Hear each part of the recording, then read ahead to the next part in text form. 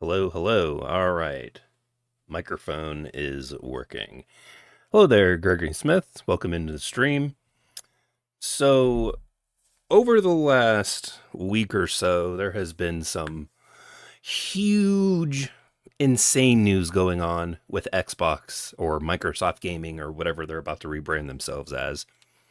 And as an Xbox channel, it'd be highly like irresponsible of me to not cover it.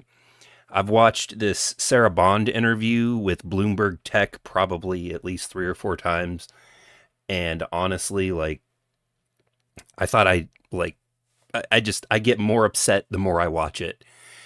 And we're gonna watch this. I'm gonna pause it and talk over it at certain points, and we also have another video here that Ryan McCaffrey over at IGN made, and I'm also going to comment on that. And then after those videos, we're going to actually jump in and play some Hi-Fi Rush, the game that kind of set off this whole crazy, insane Xbox fire on the internet with Tango Gameworks being closed down. I didn't have enough room for him, but we might also pull up a video on Matt Booty, which he's another. If I had enough room on my thumbnail, he would also be in there. Special mention to Matt Booty being a constant, or I don't even know what I put on the thumbnail. Constant failure. But we're gonna go ahead and start with this interview. This is insane to me. Honestly, the leaders here at Xbox should just stop talking. They should stop talking, because every time they open their mouth, they either say something stupid or they completely get contradicted, or they contradict themselves.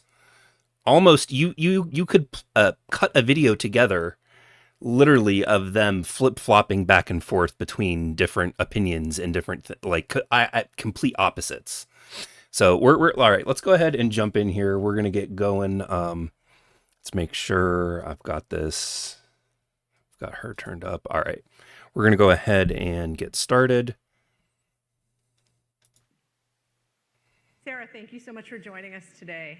So I want to start talking about the industry in general. You and Microsoft Games CEO Phil Spencer have been raising kind of the alarm that the video game industry is just not growing, and there's a real need to figure out how to reverse that. What's causing the issue, and how does Xbox turn it around? Yeah.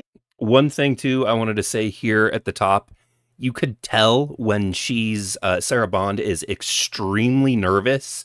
She starts blinking insanely fast, like she's on something. Like it's crazy. I thought there was something wrong with the video or my monitor, and I watched it on different things, and yeah, just pay attention to her with her body language. The last year or so in video games, largely the industry's been flat. Blink, and even blink, in blink, blink. 2023, we saw just some tremendous releases, tremendously groundbreaking games, but still the growth didn't follow all of that. See, and here is my honest opinion. They're talking about the industry not growing. There's only a finite amount of people that are going to be interested in the hobby. Xbox's business didn't grow. You got to be specific about that. At this point in time, with the Xbox One, going back and looking at the sales compared to the series consoles, the Xbox One, with its disastrous launch and bad PR back then, was outselling the series consoles now. And there's another thing you want to think about too. Nintendo's Switch, it came out in 2017, and it's been 8 years or so now. They've sold almost 150 million consoles. Growth is there if a product is good, or if there's games for that product. Xbox's business isn't growing, and that's it. You got to be a little more specific when it comes to that. It's, a lot of that's related to our need to bring new players in. make gaming more accessible, but all of that has been happening at the same time that the cost associated with making these beautiful AAA blockbuster games is going up, and the time it takes to make them is going up. Also, to that point there, that with the cost going up and the time that it takes for these products to be made, again, I want to point to Nintendo. Nintendo has been consistently releasing 2 or 3 first-party titles since like 2018. Nintendo is making hand over fist money when it comes to their gaming division. They're not like, they've got it figured out. And I don't understand why these other companies can't. Xbox, PlayStation, and Nintendo have been trading the same numbers for years. That's not really gross. And so much of our focus as Xbox is about how we do things to help the industry all up. What has Xbox done recently to help the industry all up? What have they done? What has Xbox or Microsoft done? Like nothing. They've been a bystander while other companies just soar past them. They were industry leaders back in 2001 and in 2005. Maybe not so much 2001 with the first console, but in 2005 with the Xbox 360 and Xbox Live and the party chat and the multiplayer functionality of Live, that was where they led the industry. Now they don't. Like I don't know. Oh yeah, the Wii U was a massive failure. It was a huge failure. And Nintendo back then, Satoru Iwata, instead of laying off people when they needed to keep their financials in at a point where they could stay in business, Satoru Iwata took a salary cut. He took a pay cut in order to help keep people on. So I mean, that I think shows real, like, true leadership.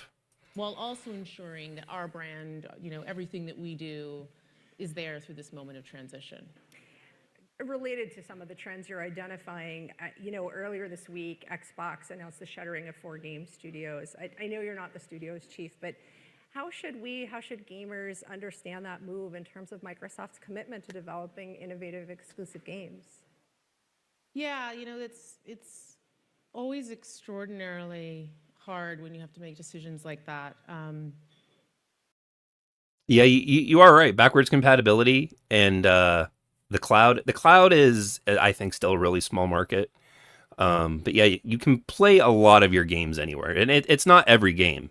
I have a library of like 200 plus digital games on the Xbox, and only like a small handful of them are actually on, I think, the Xbox app for PC, which is a complete mess in its own, by the way. But yeah, not having to pay for it twice it's consumer friendly. And I know that PlayStation did sort of do that back with the PS4 when that launched with the PlayStation 3 and Vita, actually. But while it is consumer friendly, maybe it wasn't the best move as a business. I mean, you look at the other companies that don't do that, and they're seemingly kind of in a better way.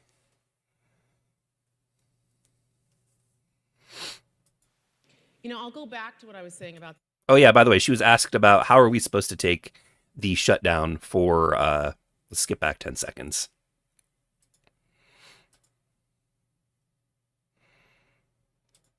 Play. But how should gamers understand that move in terms of Microsoft's commitment to developing innovative exclusive games? Yeah, it's always extraordinarily hard when you have to make decisions like that. I'll go back to what I was saying about the industry. And when we looked at those fundamental trends, we feel a deep responsibility to ensure that the games we make, the devices we build, the services that we offer are there through moments, even when the industry isn't growing and when you're through a time of transition. And the news we announced earlier this week is an outcome of that. And our commitment to make sure that the business is healthy for the long term. That literally does not address the question in any way whatsoever. Like not even a little bit. But that said, our commitment to having our own studios and working with partners to have games large and small. You know, we're a platform where you can play GTA, but you can also play Power World, where you can play. The only reason there, Mr. Glass, why they're actually making any money whatsoever was because of the Activision acquisition. Them folding that revenue that Activision made into their own financial books is the reason why they made any money. I'm not sure, I can't remember what the source was, but I did read that if they hadn't absorbed Activision, that they would have actually had like a 6% loss in their yearly revenue. So that Activision purchase was the only reason why. Play Call of Duty, and you can also play Pentiment. That doesn't change. And frankly, our commitment to Bethesda and the role that it plays is part of Xbox and everything we do. It's actually been pretty fantastic. I don't know if you've gotten a chance to check it out. The Fallout TV show was on Amazon, and it's been great to see people fall in love with that universe, but also what it's done for the games themselves. So the question was, you closed down 4 studios. Help us understand why. And her response is, have you watched the Fallout TV show? Have you seen it? It's actually pretty good.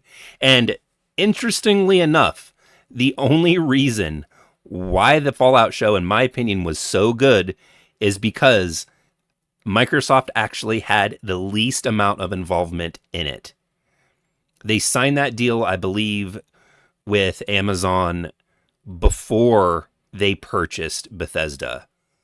So all of that, you had Todd Howard being the executive producer, but you also had great writers. And while I do remember hearing that there was some, I guess, drama on the set with the show, Xbox had very little involvement in that. Go and look at the Halo TV show and Xbox's huge involvement in that and shaping that show. And the two aren't even comparable. In my opinion, Fallout is way, way, way better. So that oddly enough, the only reason why that show is as good as it is, outside of having the right people doing it, it's because Xbox wasn't involved with it. And people going back and exploring everything that's inside of that. There's some other great things that are coming from our studios later this year. Indiana Jones and the Great Circle. I was a big indie fan growing up. Looks like you were too. So you should check that out. But really right now for us and our teams, our focus is on the people impacted and doing everything that we can do to help them through this hard transition. They're impacted because of you. And the reason why they're helping them through anything, and don't get this twisted with them, it's not out of the kindness of their heart. It's because there are laws in place that with certain things and in different states and places that you live, that you have to pay them severance, or you have to look for different job recommendations for them. It's the law. That's why they're doing it. It's not out of their kindness of their heart that, we laid these people off, poor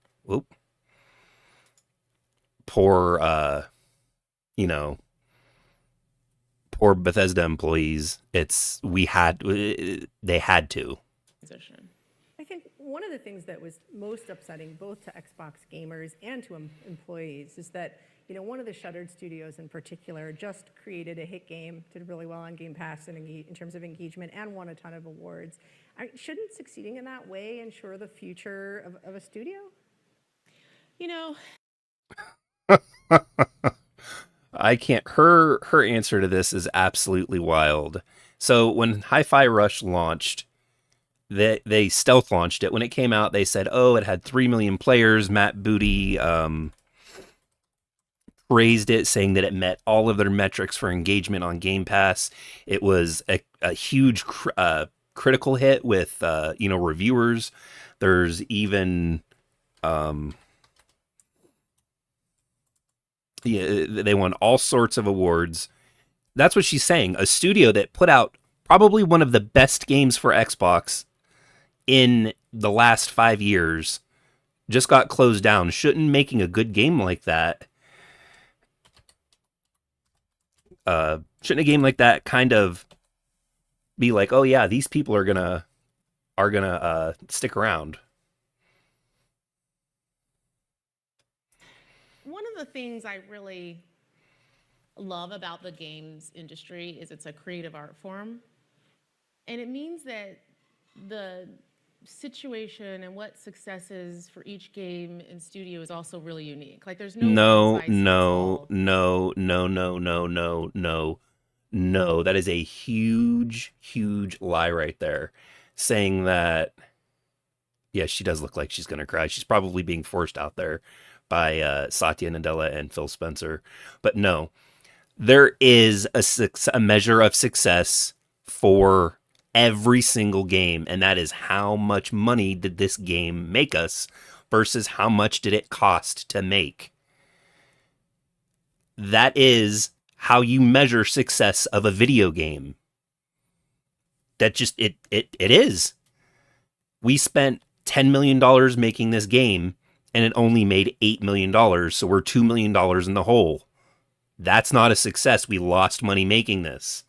Or it cost us $10 million to make this game, and we sold $19 million. We made $19 million on it. So we made, what? $9 million in profit. That's how you measure success. Saying that, oh yeah, the success for each game is really different, and there's not really any way to actually measure a broad general sense of success for video games. And it's like, no. It's wild that she would come out and say that. But let's finish listening to her. To it for us. And so hey there, Mike. We look at each studio, each game team, and we look at a whole variety of factors when we're faced with sort of making decisions and trade-offs like that. But it all comes back to our long-term commitment to the games we create, the devices we build, the services, and ensuring that we're setting ourselves up to be able to deliver on those promises. A giant non-answer. A big jumble of word salad that just meant absolutely nothing. I could see why they put her out here. She's really good at answering questions and making it sound intelligent, but that was an absolute non-answer, saying there's not one metric, not one thing that's like special. As a matter of fact, I pulled it up here. Let's go ahead and I'm going to put it up on screen right now. Let's zoom in. Hi-Fi Rush was a success in all key measurements amid rumors of poor sales. We couldn't be happier with what the team at Tango Gameworks delivered with this surprise release. Following rumors that Tango Gameworks' Hi-Fi Rush didn't meet sales expectations, Xbox marketing VP Aaron Greenberg is defending the breakout hit as a success by all metrics. Keep in mind, she literally just said in that interview, there's not one metric that we can use to measure success. But you have Aaron Greenberg saying a success by all metrics, meaning everything that they would measure a game by success means that everything made this game said that they said it was successful. Head guy leaving Xbox Studios is a reoccurring problem. They wanted a presence in Japan, and they had that with the studio. Yeah, and Shinji Mikami left to go start another studio. And his explanation was because he didn't want to be limited to only making horror games. But this Hi-Fi Rush could have been a huge hit. Like they do crossovers and stuff all the time. They put the Master Chief in Fortnite. They put Doom Guy in Fortnite. Tell me you don't see this character in Fortnite. It's already in that kind of artistic style. Would have just been able to seriously just drop right in with no problem. There are so many movies that have been made that are cult classics that made no money initially. Correct, yeah. Let's see here.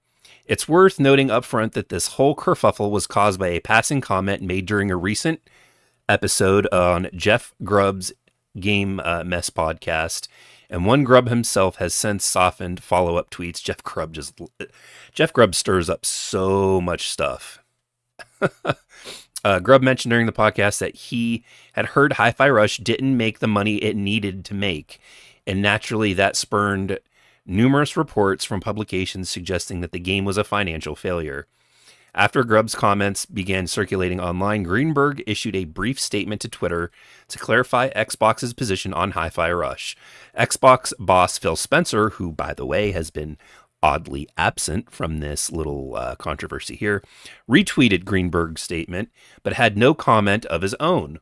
That is becoming a recurring theme here. Hi-Fi Rush was a breakout hit for us and players in all key measurements and expectations, Greenberg said. We couldn't be happier with the team at Tango Gameworks delivering this surprise release. Of course, as Grubb later would point out, it's extremely difficult to gauge a company's satisfaction with its own product when you don't know the metrics that the company is using. Is it launch sales? Is it total sales? Sales to date? Game Pass engagement? It's important to consider that Hi-Fi Rush was a wild card, a comedic action rhythm game from a studio best known from The Evil Within and Ghostwire Tokyo. So its success isn't going to be judged in the same way that a guaranteed juggernaut like Starfield would be, which is funny because there's plenty of controversy around Starfield. I shouldn't have said that on the podcast, Grubb said. I don't know what it needed to do. The conversations we were having about generating revenue and the game didn't hit that target, but no matter what, Hi-Fi Rush isn't a flop, and Tango's future is bright. Oh, Grubb. Oh, boy, that did not age well at all. Tango's future is bright. Tango Gameworks is rumored to be working on a JRPG next. Oh, man, that's rough, dude. Like, bright future. Oddly enough, I'm going to have to see if I can't pull up the article while the video plays.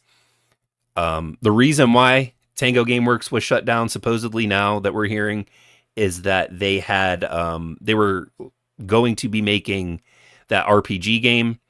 They were wanting to make Hi-Fi Rush 2, and I think it was The Evil Within 3 was also being planned, and they wanted to hire more staff, and that was the reason they were let go.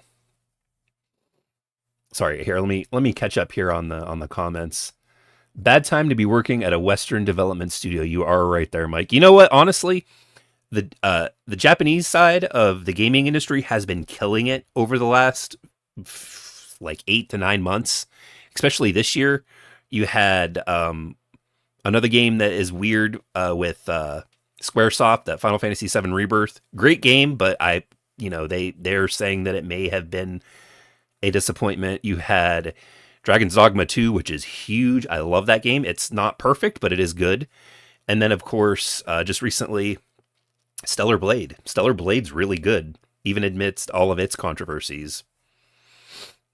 Why did they only charge $30 for a Hi-Fi? Easily a $50 game with some advertisements could have done better. Oh, yeah. Head guys don't usually like to work with the other head guys. Egos are pretty big, yeah. There are so many movies. Oh, yeah. Yeah, this is absolutely insane. Like, I was for a very long time a Game Pass subscriber. I only keep it the lowest tier just to be able to play multiplayer. But I just bought, Hellblade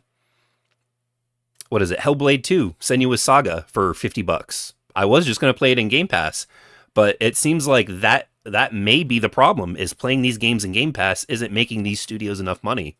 So I went ahead and dropped the money for it and bought it. Like, you got to support the studio somehow. And actually buying the game is really the only way, apparently. Let's go ahead, though, and jump back into this interview.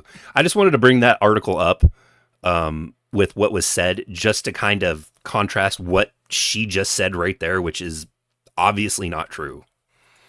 Further about growth. I mean, one of the key focus areas for Xbox in terms of growth, and this was also one of the key bets in the Activision acquisition, was mobile.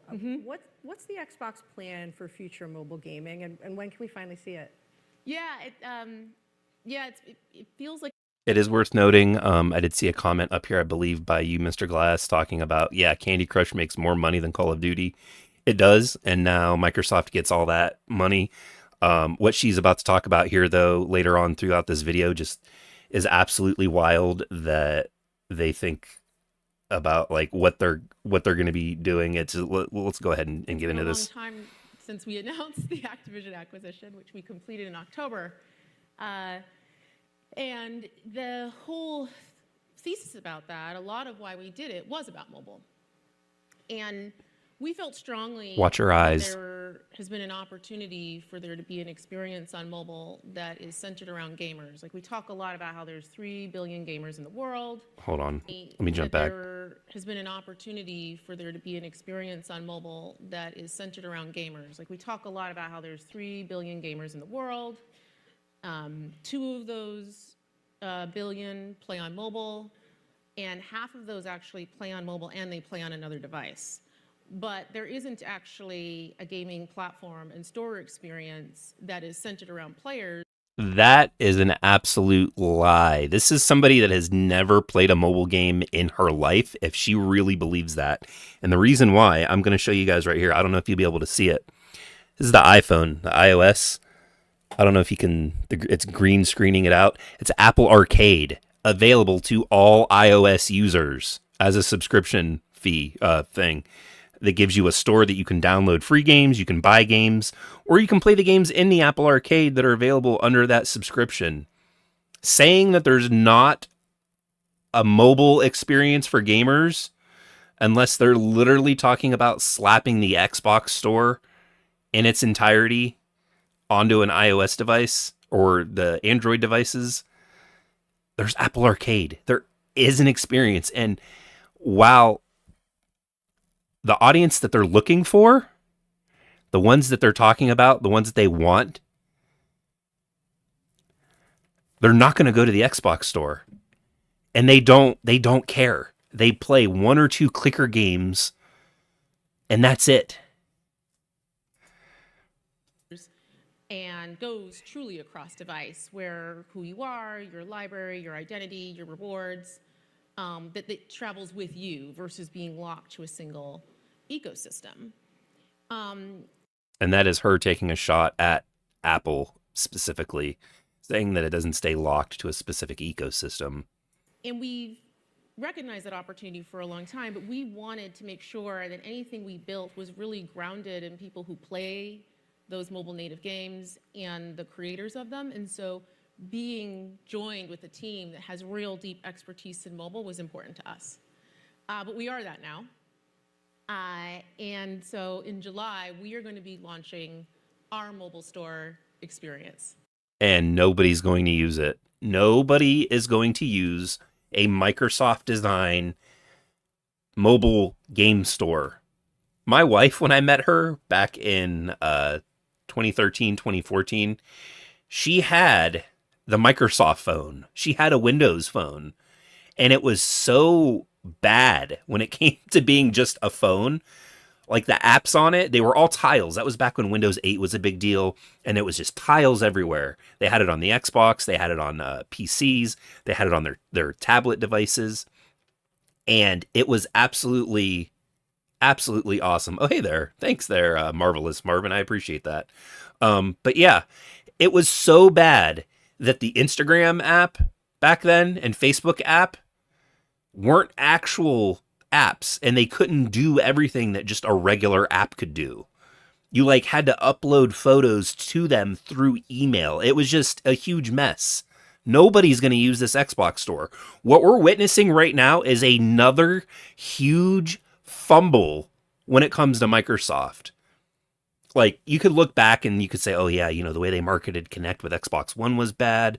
The TV, Call of Duty, sports thing was bad. Them closing down Tango Gameworks is bad. This is also bad. People are going to look back on this in 5 years and they're going to go, man, yeah, I remember when Microsoft tried to have their own app store on iOS and Android, and God, that was awful. I'm so glad that just went away. That's what this is. This is the moment. We're watching it live. We're going to start actually by bringing our own first-party portfolio to that. So you're going to see games like Candy Crush show up in that experience, games like Minecraft. Anyone that's going to play those games already owns those games. Candy Crush and Minecraft have already been on mobile for so long that anybody that wants those games has them. They're not going to go to the Microsoft App Store on their phone and buy them again. They're not going to do that. And then we're going to extend that capability to partners so that they... Oh, thanks, Marvelous Marvin. I appreciate that. Welcome into the stream. We stream here twice a week, usually on Sunday and Wednesdays between 5 and 5:30 for a couple of hours.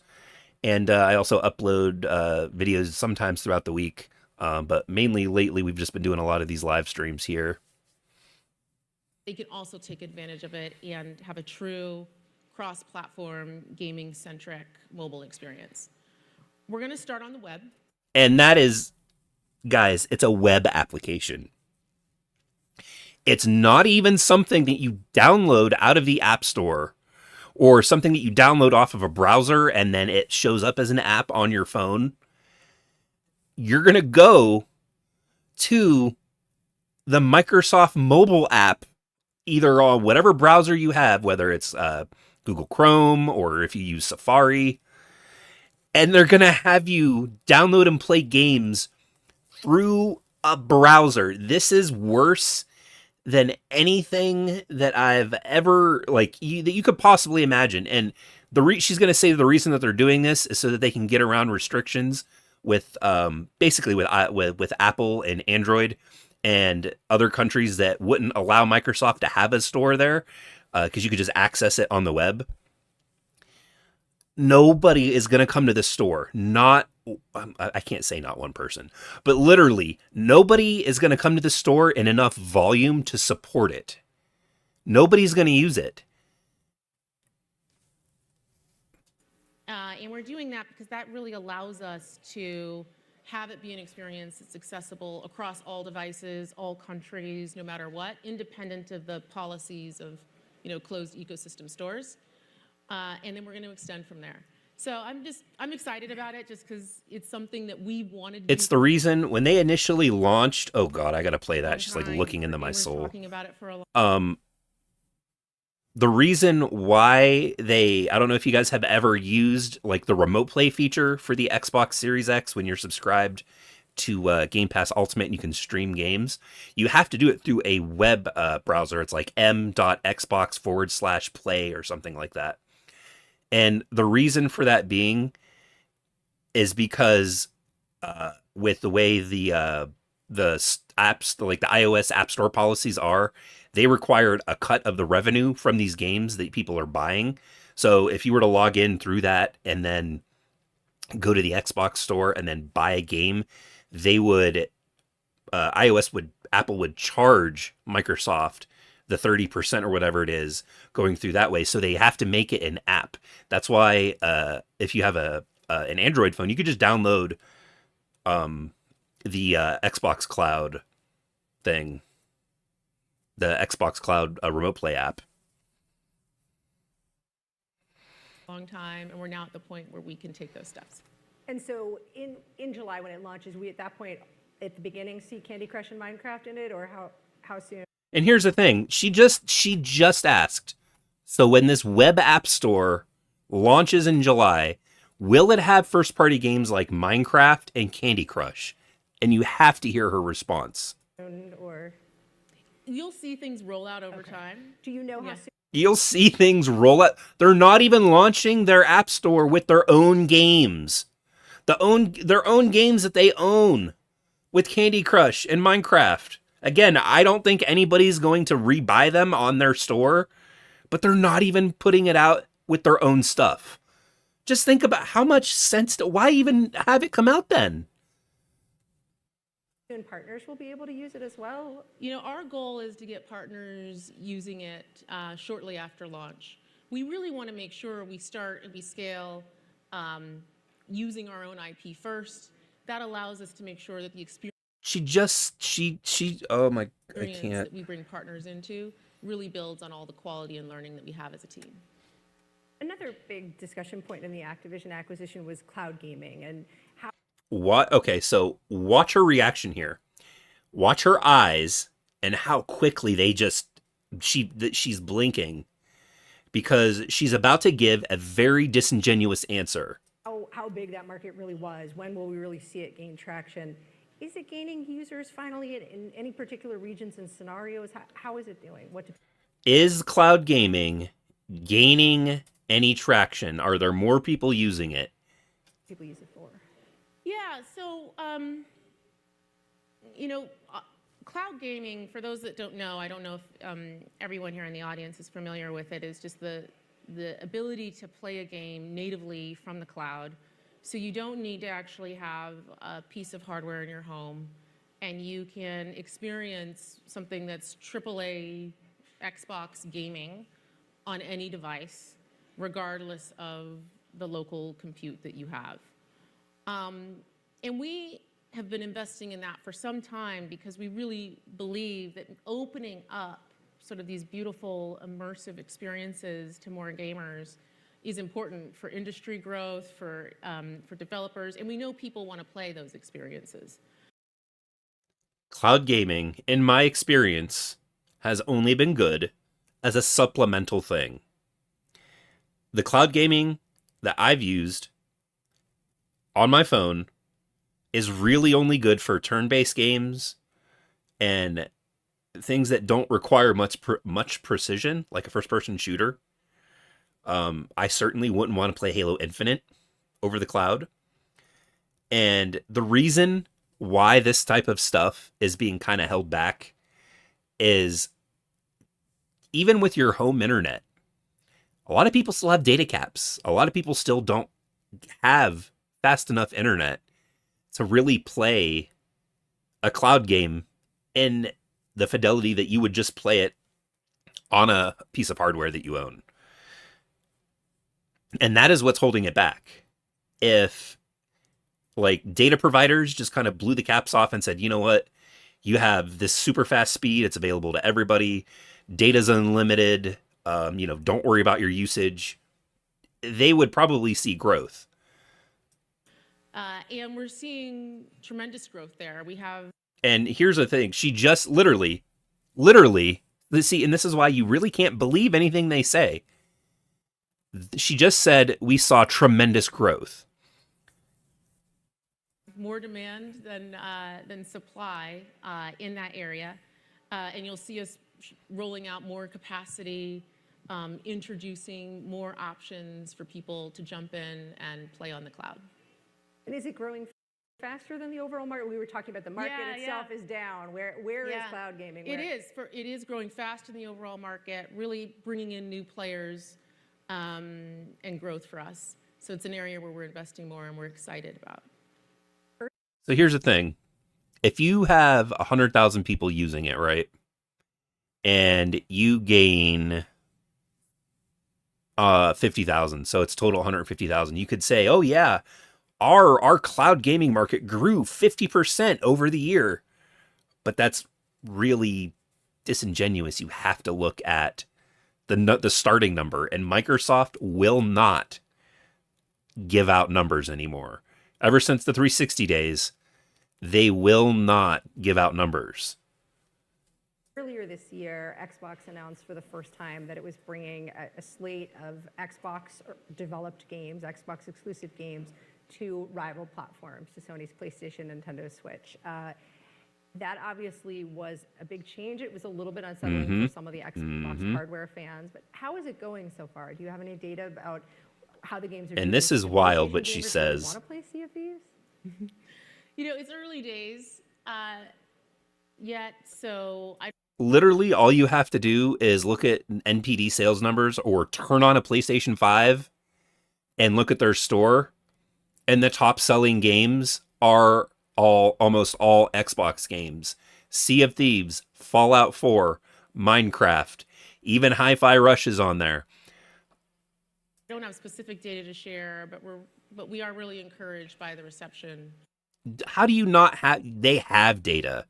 They have the data, and they of our there. games. Look at her eyes. And one thing There that she I goes. think it's important to note. Let's I replay don't have that. specific data to share, but we are really encouraged by the reception of our games.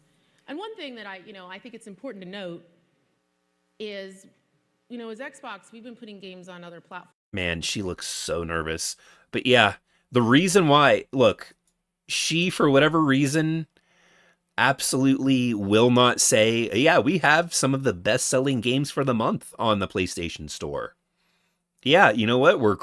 We're actually incredibly surprised that Sea of Thieves sold as much as it did on the store. It's very encouraging, and the reason why is because they don't want to put it out there that, oh yeah, Sea of Thieves sold 9 million copies in the month, because then that will tell everybody else that's paying attention, oh, that sold that many copies of an 8-year-old game.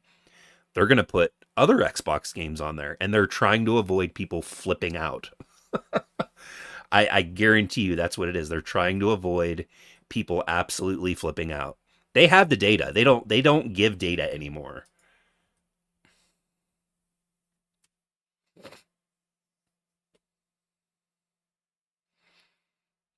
I hope Xbox can turn it around, but if not, I'll have to replace my current Xbox Series S 1 terabyte version for another gaming console. Honestly, look, I try not to sell any of my hardware, right? Even if tomorrow all three, Sarah Bond, Aaron Greenberg, and Phil Spencer, came out and on a podcast show and said, hey, we're shutting it down. We're not supporting the Series X and S anymore. We're going to put all our games on PS5, and we're going to launch a handheld in 2026. I would not sell my hardware. It still has games on it that I like to play, and games that I will most certainly go back to. I don't understand outside of just having like Twitter or X like clickbait rage threads. I would never sell hardware. Forms for a long time. Minecraft is available pretty much universally. Oh, and what she's about to list too about how Xbox puts games on other hardware platforms. They have put their games on other hardware platforms from studios that they've bought since the Xbox One. Minecraft, perfect example. Guess what? That is on everything. And she's going to talk about like Bethesda games. Well, Bethesda already had all these games on other platforms too. Now, have they put Halo on PS4? No. Have they put it on the PlayStation 5? Not yet.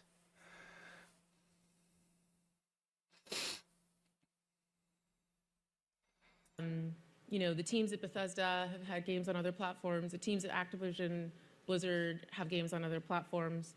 Those were all third-party gaming studios that you purchased that have either only released one game or haven't released any games since you've bought them. That's why those games are on other platforms. They're under your banner now, and you support them, but they weren't initially launched by Xbox. And so it's a decision we just make on a game-by-game basis as we move forward and continue to execute on our strategy. At the same time, we've talked about mobile, we've talked about cloud. Of course, Xbox itself's heritage is in console, and the energy around the console right now is a little challenged. Many of the hardcore long-term customers are worried. They're worried about the release on other platforms. They're worried that that may indicate that Xbox is defocusing its own hardware. What do you say to them? How do you make them feel like Xbox is still for them? Xbox stopped defocusing on their own hardware when they started launching first-party titles on Steam and on their Windows Store. Yeah, at first the the worry that I see is happening across the industry, and I think is a lot of what we're seeing, just industry all up. But Again, oh, there she goes specific to in a core blinking gamers, fit. Look, PlayStation is putting their games on PC, but these are games that are right now, at least outside of Helldivers, that are at least 4 years old from what I've seen. Nintendo has not put their games on any other console or PC, at least legally, right? And they're doing the best out of all three of them. my focus has really been on engineering and building that next generation hardware experience that really, really taps in to their needs. I talked about this a little bit publicly a few months ago. I talked about how, our focus is on delivering the biggest leap ever. And that's about really. Listen, at this point, I honestly don't know how many more people are going to buy another console from them. I mean, think about it.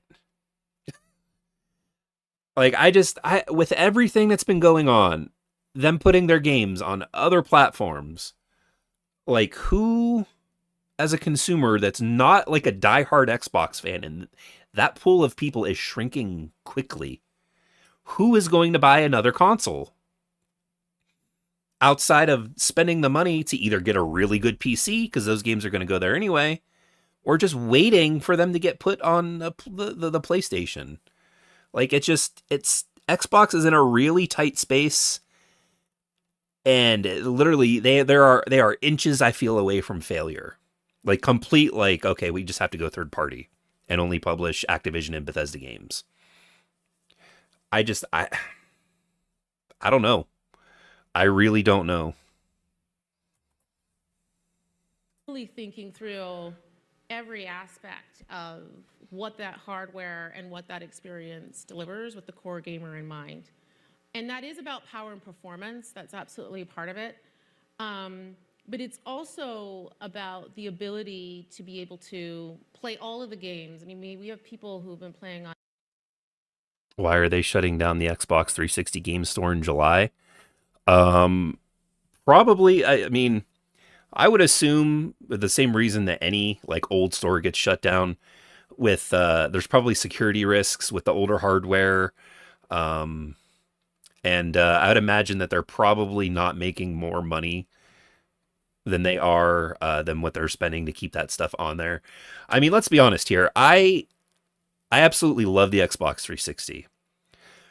But any game that most people care about is already backwards compatible, and there's even a lot of backwards compatible games that I feel like on the Xbox like Series S and on the Series consoles, on the backwards compatible section of the store, I feel like there's probably a lot of those games that aren't selling either. I have an idea actually for the 360, which I'll talk about shortly, but that's probably why they're shutting it down. On Xbox for decades, have invested thousands and thousands of dollars and hours with us. I'm and one of them. Take all of those games with them into the hardware of the future. So one of the here's a question though, right? Right there, and she's talking about people spending thousands and thousands of dollars and then being able to take that, onto the next console and into the future with them. The backwards compatibility of the consoles have been fantastic. That is the one thing that I feel like Xbox does not talk about more than they need to talk about it more, because in my opinion, it's probably the best aspect of the series consoles is its backwards compatibility, with the Xbox One games having FPS boost, 360 games having FPS boost with HDR added into them, especially in like original Xbox games. It's something I feel that they should be advertising more, because it's the 360 honestly probably was their best era. Actually, I'm going to go ahead and I'm going to drop a link to a poll, and I'm going to pin it So this is going to stay at the top of the chat for those of you watching. I'm having a voting poll right now of what was the best era of Xbox. I recommend everybody go vote on it because at some point I do want to talk about it. The decisions I made when I came in and became president of Xbox was to establish a team dedicated to that, to game preservation and ensuring that future generations, future iterations, that you get to take those things with you forward. And the reason is because, and I really don't want to say this, I love the Xbox platform. I loved Xbox Live 360, playing Halo and Call of Duty on the consoles, right? Xbox's best era is way behind them. It's way in the rearview mirror, and unless they find a way to turn things around, it's never coming back. Never coming back. The next part of that is saying, okay, I get to bring those games with me. I'm invested in those games. I get an incredible high-performance experience on my console, but also continuing our commitment to make sure that gamers can bring their games with them wherever they want to play. That my Xbox library is something that can go with me and that I can enjoy with others. So our long-term commitment. So the only way that makes any sense to me is if I can get the next iteration or the next successor to the Nintendo Switch, log into an Xbox app on the Switch, and there are all of my games available to be downloaded and play. That is the only way that makes sense to me. Commitment to cross-play is part of that, and our commitment to cross-progression and cloud saves, so you can pick up on one device and you can play on another is part of that. And also our investments in cloud gaming, which you referenced earlier. A lot of those who use cloud gaming are people who own a console. They're just, they want to play it on another device and go somewhere else. So that's the second piece. Oh, hold up. What did she just say? A lot of those who use cloud gaming are people who own a console. They're just, they want to play it on another device and go somewhere else. So that's the So what other devices could she be talking about? second piece. And then the last piece is about Game Pass.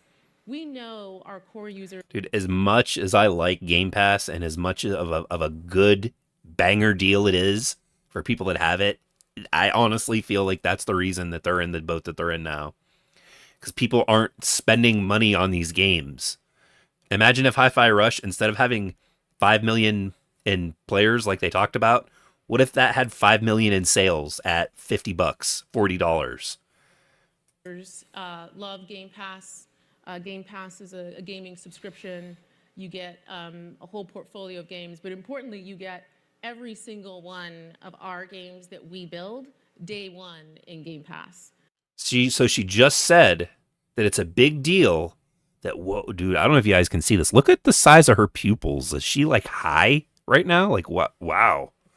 But no, she just said all of our games go into Game Pass day one. And listen to the response that she gets, or a question to this. And the quality and the breadth of those games has only been going up over time. And you're no, false. Redfall was not good. Not good. Big games going into Game Pass later this year. From Activision's across the whole slate. Across the whole slate, you're going to see some really amazing things. And keeping that as something that is really special later this year. Guys, look at her face. Watch her face. Oh, they are increasing Game Pass Ultimate prices in the UK. Ouch. But watch her face when she's asked about Activision. So she says Activision games are going to go into Game Pass. Watch her face. She can't say yes. She can't just say, yep, you know what? That's right. Later this year, Call of Duty is going to be in Game Pass because they still don't know. From Activision's across the whole slate. Across the whole slate, you're going to see some really amazing. Right there. Across the whole slate. And then she looks away and she's like, oh my God, can we please move on from this? Amazing things. And keeping that as something that is really special for Xbox players is central for us. So later on this year, when Black Ops, whatever the next Black Ops game is going to be, and it does not go into Game Pass, and they ask her, or they ask Phil, or it comes up on Twitter or X, Well, you said that all of our games are going to go into Game Pass. All the Xbox developed games are going to go into Game Pass. And she can just say, I did say that, but I didn't say when. I never said just that all of our whole portfolio. A lot of the focus at this And like, why haven't it's been 7 months since they bought them? Why have they not dropped every single Xbox 360 Call of Duty into Game Pass? Why not? What's going on? Those games still sell. They're still listed on the Xbox store, I think, for upwards to like $60. I think Call of Duty Ghosts is still $60. I remember seeing they in some kind of, wasn't a sale, but it was like an advertisement. The gold edition or the whatever the like the collectors, the medium edition for that game is still on sale for like $80. Nobody is playing Call of Duty Ghosts, but it must be listed like that because people are buying it, right? conference today has been AI, but AI for gamers is a little different than we talk about AI for the enterprise or for healthcare. Where do you think AI will be important both to players and to game developers, and how is Microsoft investing against that? Yeah. I didn't hear all the talks today, but I think we can all confidently say that we are right at the beginning of what AI means for us as a society, and for businesses in general, and that's absolutely true in gaming as well. For us, we take our responsibility around AI as Microsoft very seriously and being really, really thoughtful about what we do. Mm-hmm. And as Xbox, there's something really unique about being a gaming company that is part of a major AI company. And so all of our focus within our team is about how we ensure that gaming AI is really crafted in a way that delivers unique and delightful experiences to players, and adds real value for developers. So I don't think she even directly addressed the question. The first is around developer velocity. What is that? What does that even mean? Developer velocity? They absolutely love their buzzwords. That developer velocity means nothing to me. And I don't think it really means much to like what does that even mean? To make it easier for them to realize their creations, to speed up iteration cycles, and also, frankly, to make it easier for people who may not have as much in-depth training on game development to build a game. We know that with that, there's just going to be a huge proliferation of gaming content and options out there.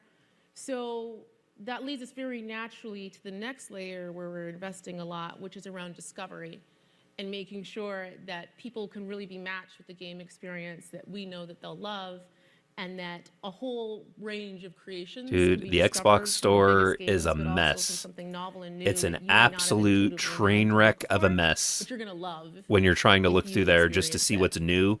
There's so much crap on the game on the game store. Experience in the game, engagement, delight. You are right about there, excellent chef. But they already kind of do something like that. When I log in to my Xbox, which, well, I mean, we can look at it here shortly after this next video.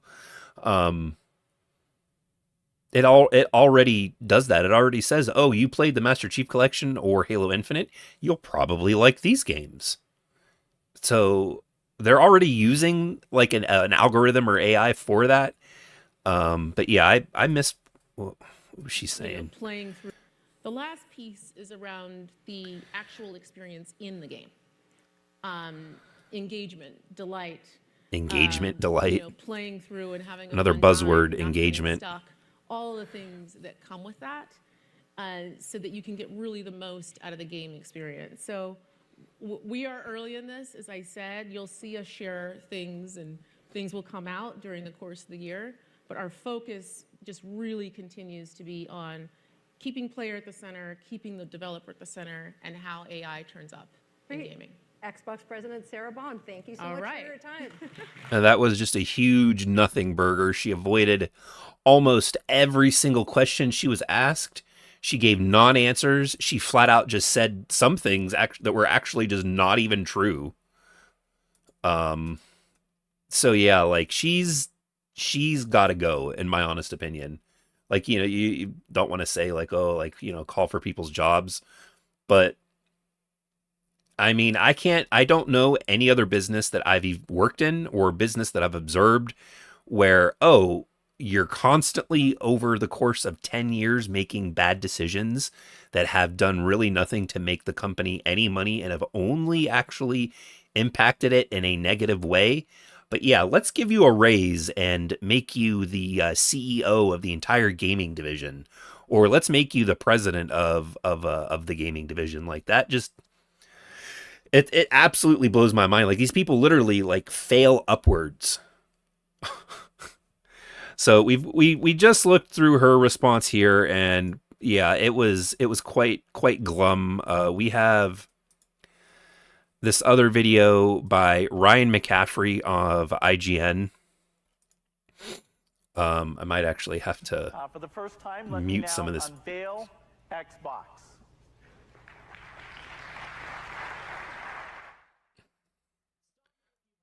Okay. Xbox stepped on a rake again. For the umpteenth time in the past This decade, boom mic's behind my head. found itself on the wrong end of bad news. And as usual, it's self-inflicted. Just as Team Green was starting to gather some positive momentum, Fallout is the biggest show on TV.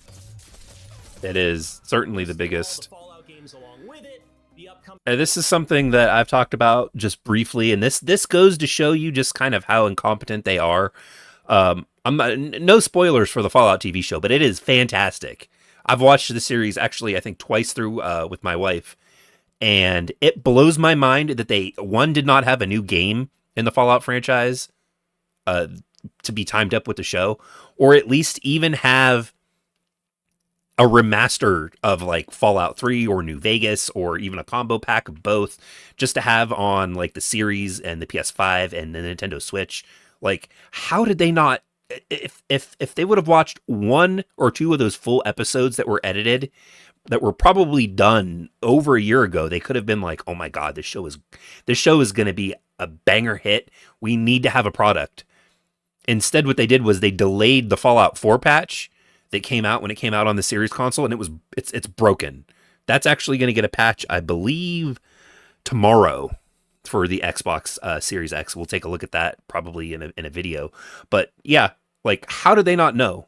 launch of Senua's Saga Hellblade 2 and Which I've purchased Senua's Saga at full price. I paid the $49.99 for it.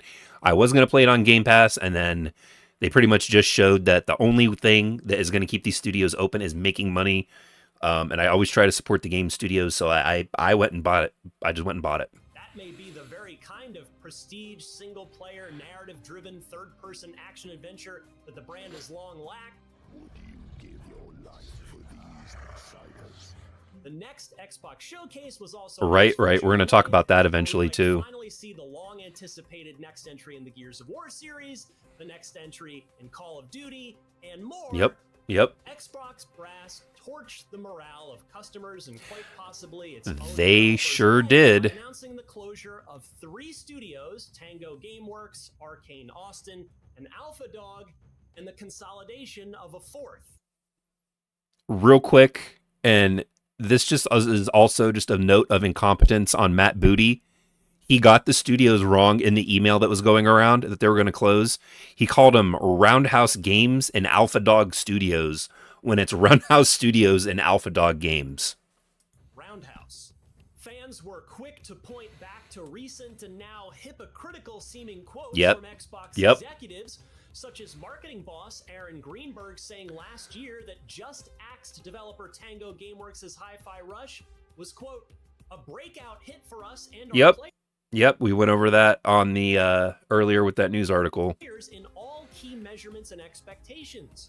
We couldn't be happier with what the team at Tango Gameworks delivered with this surprise release. And in the 2021 Xbox Oh, yep, documentary here's another. On, Sarah Bond said the leadership team asked themselves how to learn from and not repeat the same mistake of acquiring a studio, in this case, original Fable developer Lionhead, Yep. only to later shut them down. Yeah, well done. And 1 year ago, Yeah, well done. Redfall's disastrous launch, Xbox boss Phil Spencer said, quote, "One thing I won't do is push against the creative aspirations of our teams. When a team like Rare wants to do Sea of Thieves, when a team like Obsidian wants to do Grounded, when Tango Gameworks wants to do Hi-Fi Rush, when everyone thought they were probably doing The Evil Within 3, I want to give the teams the creative platform to go and push their ability, to push their aspirations," end quote.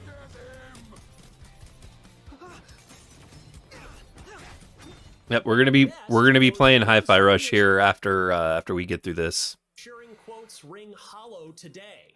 At worst, they're outright lies. Lies. A long way from Xbox Lies. fans once I will stand on the fact that they are straight up. They're not just poorly aged quotes. They are outright lies. proudly decreeing "In Phil we trust" and posting photoshopped Dark Knight-esque "I believe in Phil Spencer" buttons online. Awfully, Bloomberg reports that Microsoft Yep, and there's going to be even more closures. There was a rumor or a report going around by Jason Schreier that they were going around to other Bethesda employees trying to give them buyouts so that they didn't have to fire them. There's more's coming. And this all stems from the Activision acquisition. might not be done making cuts, so this may very well get worse before it gets better. For developers, that would mean further job losses. And for gamers, that might mean another possible Xbox Yep. Game Pass Ultimate price increase. Yep. So how did we get here? Why can't Xbox stop tripping over its own 2 feet? And with the Xbox organization growing so massive over the past half Yep. decade, and its reach extending not just to consoles, but to any device capable of playing video games, can the soul of Xbox even be saved? I spoke to 2 former longtime Xbox employees separately, and both lamented the current state of the brand. One told me prior to this week's awful studio closure news, quote, "I had lengthy conversations with a bunch of Xbox founders, and we all came to the same conclusion. It's no longer Xbox, but Microsoft Gaming. Ouch." The other chatted with me at length after the Bethesda bloodbath and believes Xbox is now too big to quickly or easily get its house in order. Quote, "There is just too much surface area. You have effectively 3 huge companies at play, and Microsoft never really finished the integration with Bethesda. And Activision is like 3 times the size Xbox was." Mm-hmm. They added, quote, "Xbox 360 launched with a few hundred people. Last I heard, Xbox is now almost 30,000 people. And that growth has led to, in the opinion of the Xbox veteran I spoke to, Yep. increased oversight and meddling from further up the Microsoft food chain." Look, I mean, the whole point of this, going over this meltdown in real time, is because I'm obviously not the only one talking about this or going over it, but these 3 people, well, 2 people at least here on the screen with Phil Spencer and Sarah Bond, they've been doing this now for, Phil's been there for over 10 years. I'm not sure how long Sarah Bond's been there. I think since 2018 or maybe 2019. And they've literally haven't done anything outside of the backwards compatibility and the shared library. Okay, so buying your game on digitally on the Xbox store gives you their digital version on PC. The reason why we are here where we're at today with the studio closures sits on their shoulders. And this quote right here, "The reason it seems so inconsistent with previous Xbox leadership statements is that these decisions probably aren't being made by Phil.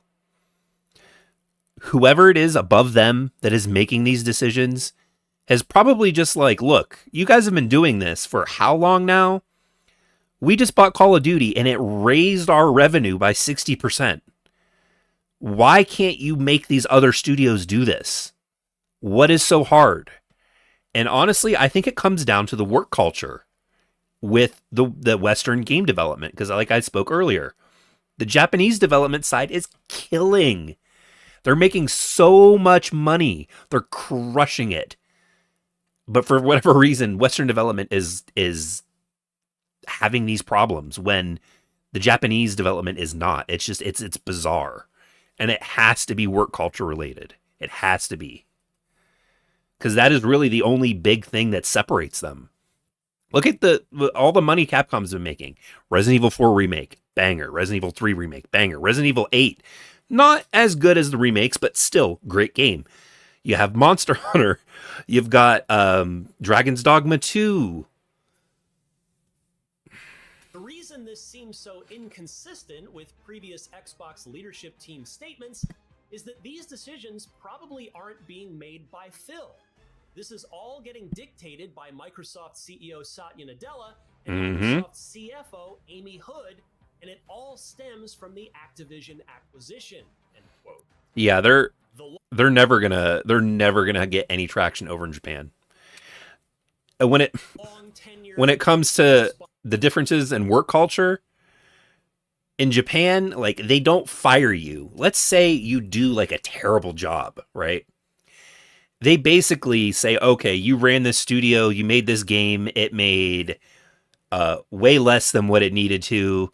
This is like the third time in a row that you've done this. You're basically, they stick you off in the corner to do absolutely nothing, hoping that you quit. And that's essentially what ends up happening is they end up quitting. That person will quit out of respect to the company that they've worked for.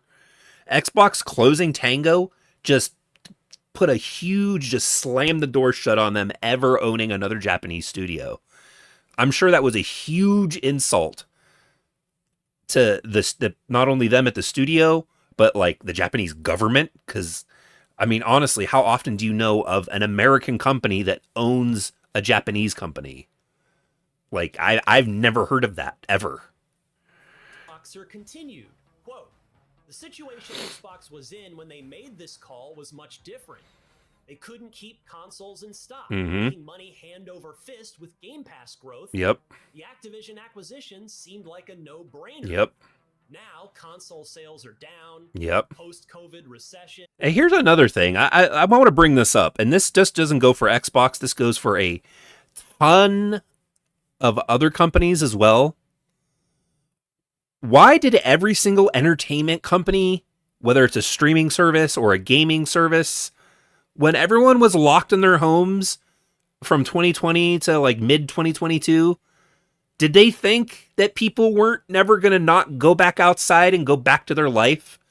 Like there are those of us that have gaming as a major hobby, but the reason they saw such huge growth during that type of in that time frame from 2021 to 2022 or from 2020 to 2022 was because you had people that were locked in their homes that had an Xbox One sitting underneath their TV with dust, and they were saying, well, what am I going to do now? I can't leave my house. What am I going to do? Oh, I got this Xbox I haven't turned on for 3 years or 2 years. Let me go ahead and turn it on. Oh, it downloads an update. Oh yeah, here. You know what? I'll download Madden. I'll download Call of Duty. I don't have to go to the store to buy this stuff. I could just download it straight from their store. Like, oh, that's pretty convenient. And then when everybody had to go back to work and restrictions got lifted and people could go back outside, they turned the console back off, they put the controller down next to it, and they said, okay, well, now I have to go back to my life. Like, what? I just don't understand why these companies thought that, oh, wow, look at this amazing growth we have during the time when everybody's forced to stay inside. This is never going to go away. Like, yes, it is. Game Pass slowing. The acquisition was more costly and time-consuming than anyone It's just expected. wild. And the focus on fighting the FTC probably cost them time. They made a small splash in the 360 era and then fumbled with Platinum and others. Yeah, Tango. Yep, Tango was their final chance. Sega used to be one of your favorite developers. Now they're cutting the IPs that you like. Yeah, they publish Persona now? And they make a Sonic game every now and then. They would have spent thinking through the people and studio implications. I 100% believe this is a board-level decision. Xbox was a huge profit center, so Satya approved a huge merger. Yep.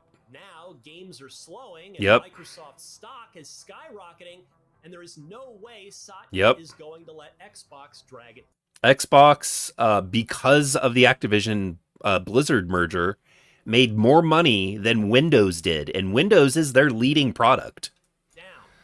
This is all my opinion, of course, but I'm fairly certain these are not decisions being made only by Xbox leadership. Yeah. That's not to absolve Spencer for his role in all of this, unlike the tone-deaf. Oh God, yeah. Let's look at this Mike Ybarra tweet, which is absolutely just a complete should have never poked his head out. I see a lot of shots at Phil over today's Xbox announcement. I get it. But knowing him as a human, I know this hurts him as much as it hurts anyone else.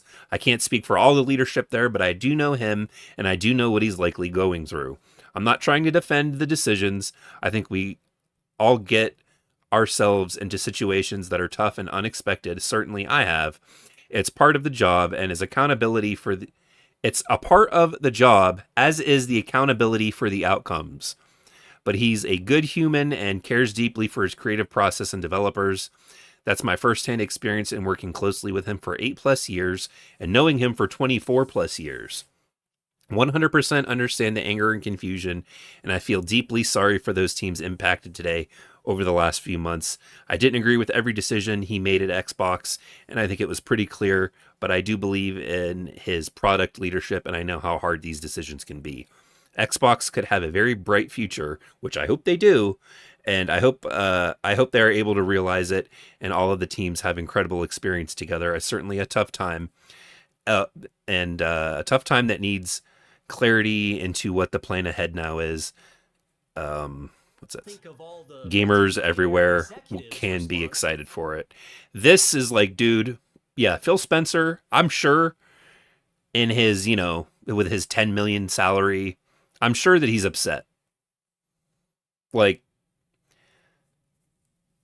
this is literally so disconnected from reality that when they talk about the accountability for the outcomes, who is being held accountable? Like, for real, who's being held accountable? Is it Phil Spencer? Is that why we've not heard from him? Is it Sarah Bond, his president of Xbox? No. Is it Aaron Greenberg? No. Like, who's being held responsible?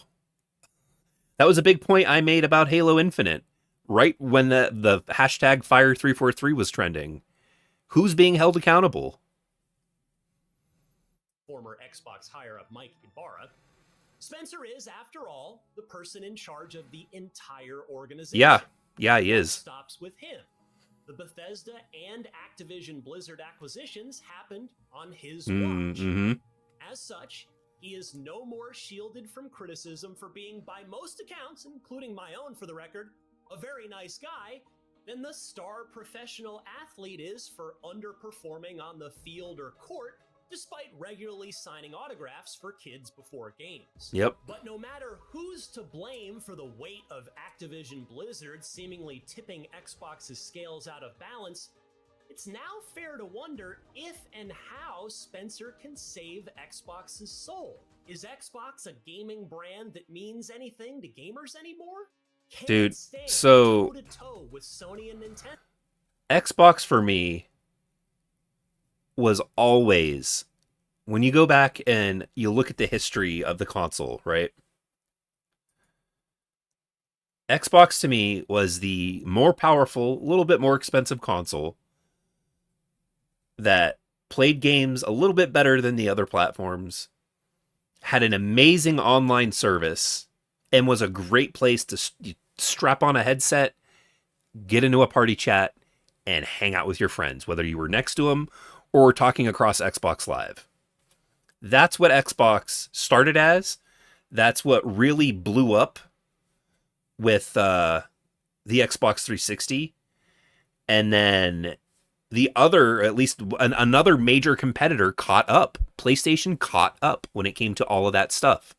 It was always, if you were going to play Call of Duty with a friend, you don't want to play that on the PSN. The PSN is not, no, it's Xbox Live is way better. Like, trust me. That was the sentiment. And if the answer to those questions is yes, then what defines Xbox?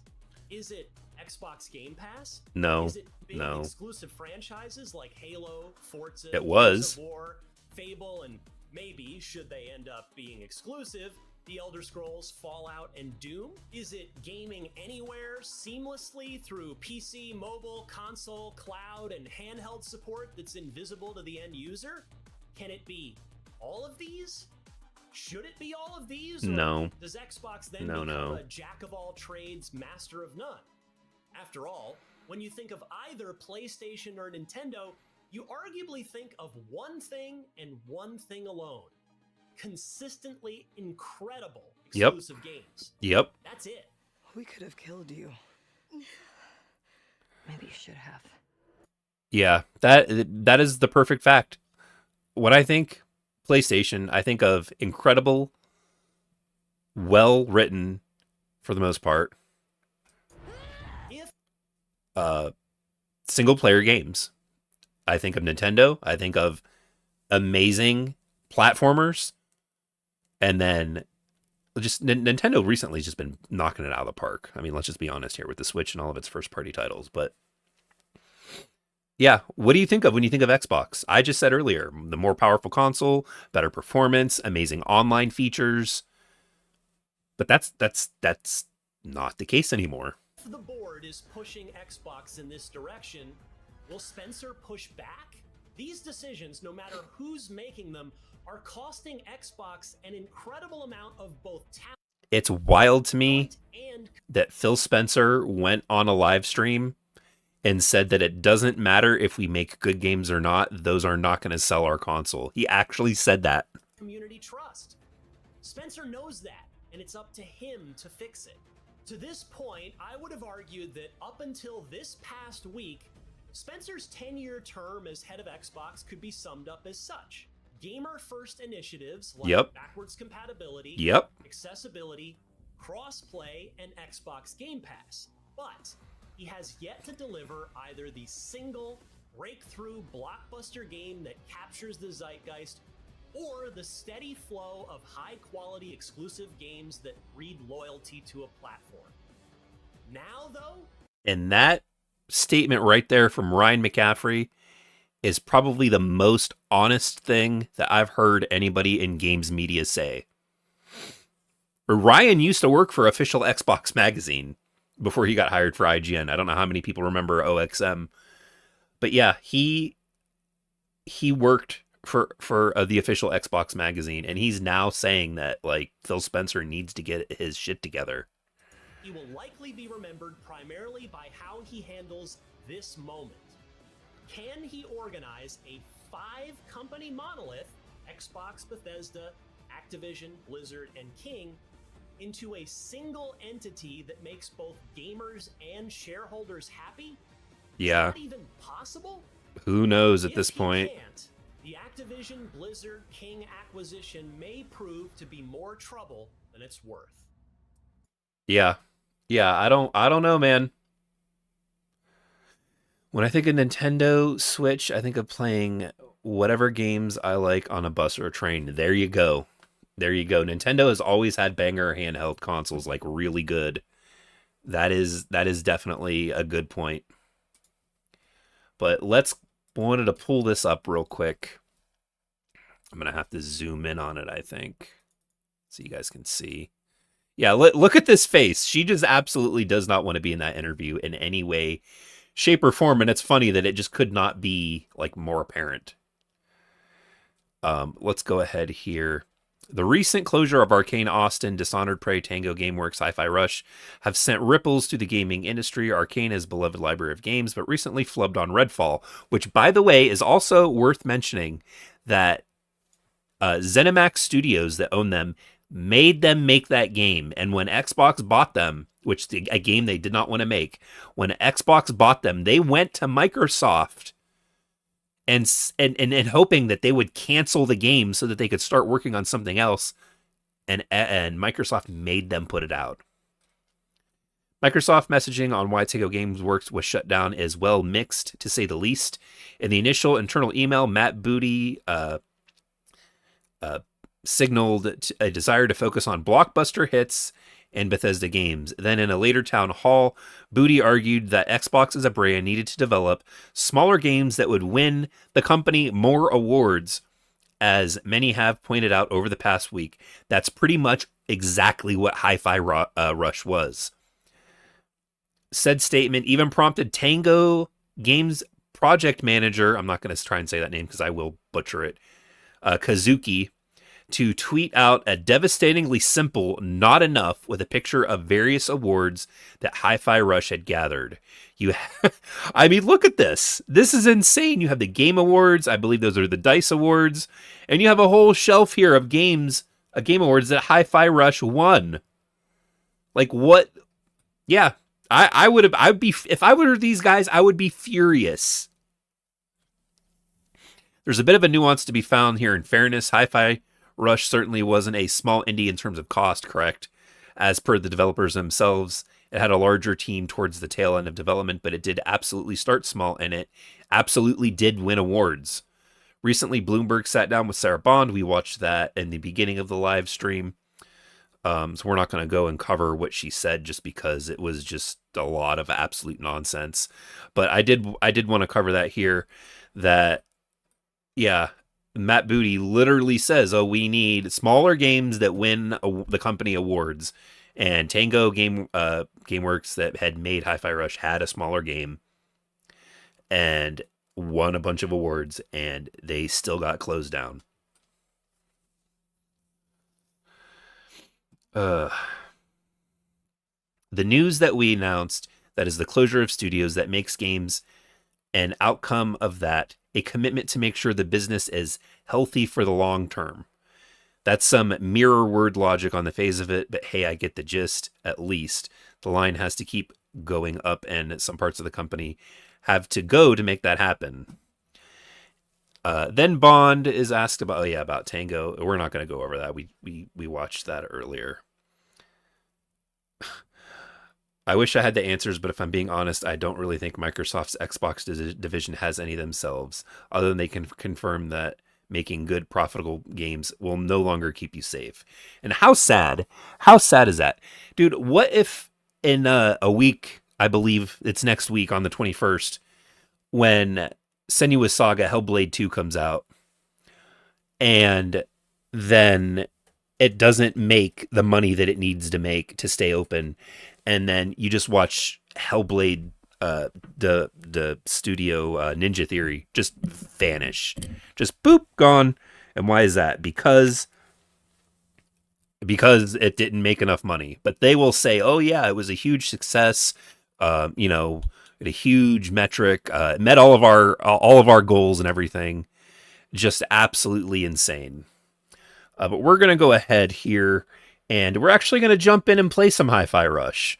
This was a game that I had on my backlog that I was going to have to get to, and I had planned on it, but there's always projects and stuff for the channel here that kind of kept me away. But this is the perfect thing that is going to pull me to it. So let's go ahead here. We got the game loading up now. And we'll... Let me turn the volume down here. We'll get into it. We're going to play. This is the first time I've played it. Yep. Hi-Fi Rush timing is critical to gameplay, so it's best experienced in a low latency environment. If you're experiencing what feels like input lag, try resetting your television to game mode and or directly connecting your video audio output together. Looks good. We can continue. Looks good. Please read below. Oh, they have a streamer mode. Nice. So let's go ahead.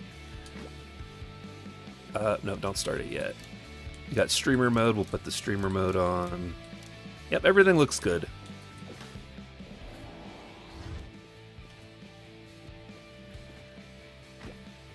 Bonus content. Photo mode. Nice. Arcade challenge. All right.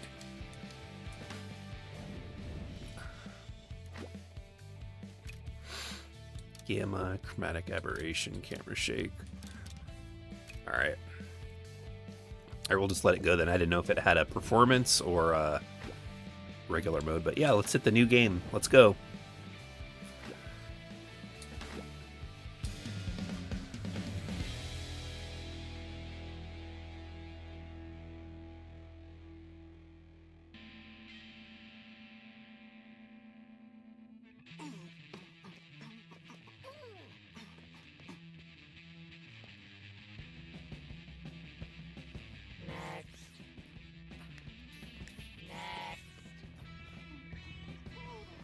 I said next.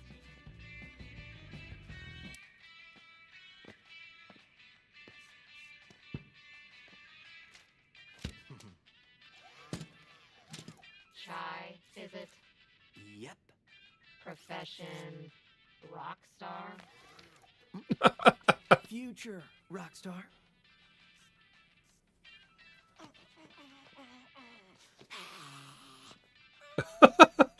Are you done?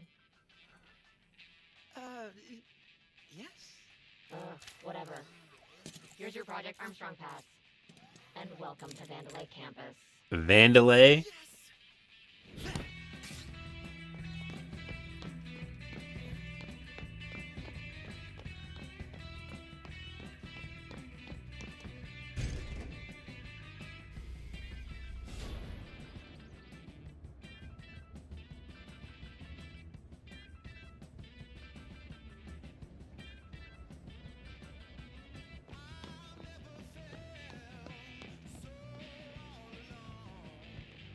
Welcome, applicant, to Project Armstrong. Technology perfectly fused with the human body. Together, we create better lives. And now, the CEO of Vandalay Technology. Vandalay. That gets me. What's his name? What a historic day. Kale Vandalay. You're the best of the best, and about to be even better. Thanks to our robot enhancements, Vandalay has always been about helping those in need. And you all in Project Armstrong are about to show the world just how special you can become. Now go. Get ready for a better life.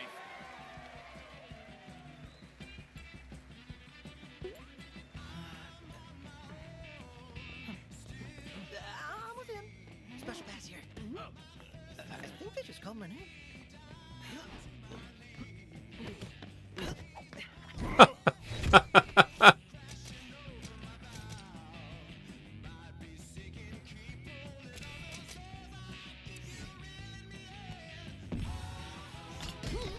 Jeez.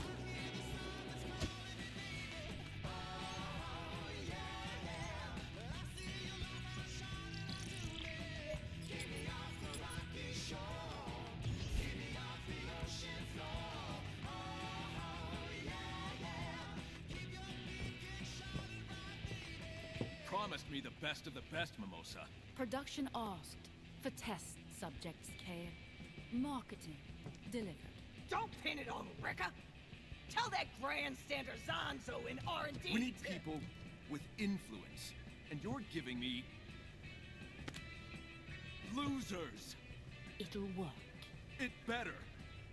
No slip-ups, and no defense.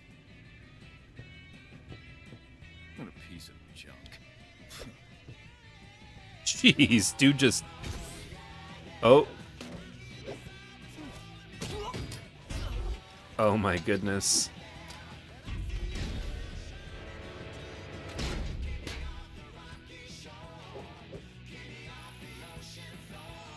Uh-oh.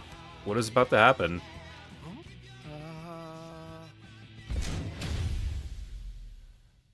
Oh man. All right.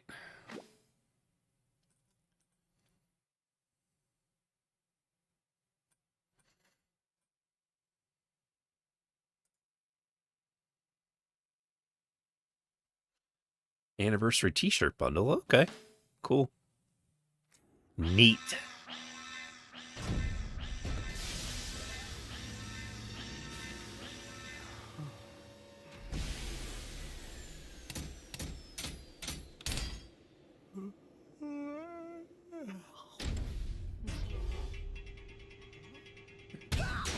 Oh, jeez.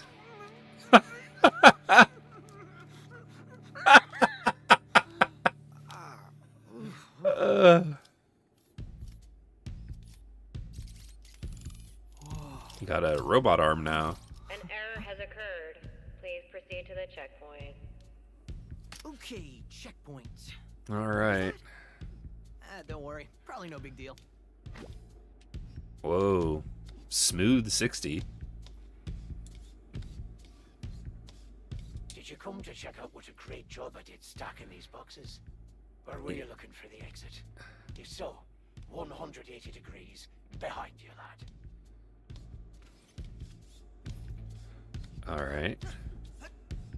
Jump, double jump.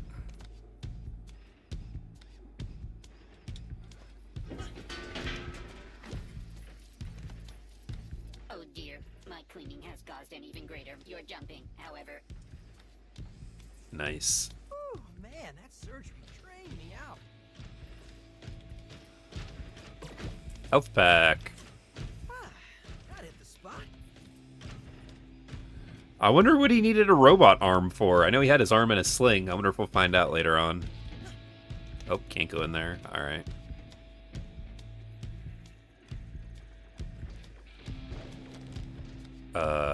Hey fellas. We told you no more. Surely we will face consequences. Double jump. Please collect your belongings. Yeah, time to get out of these clothes. Oh, nice. It's got a Flash t-shirt. Oh, jeez. Come on. There you go.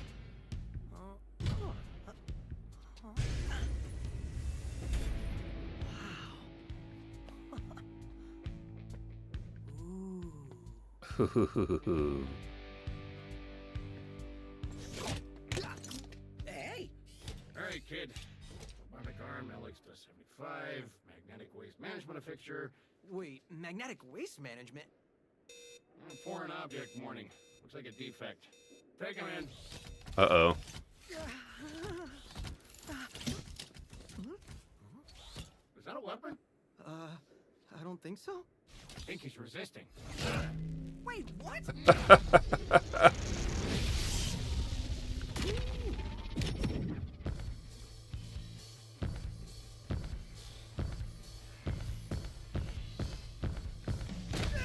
What?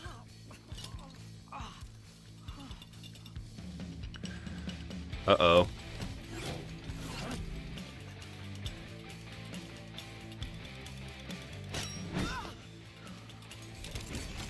This is really cool.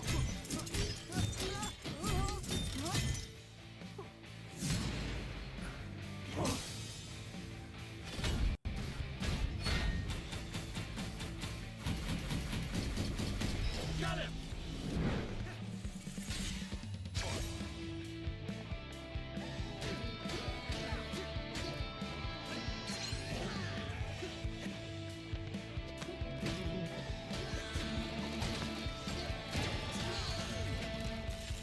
Or a block or a dodge.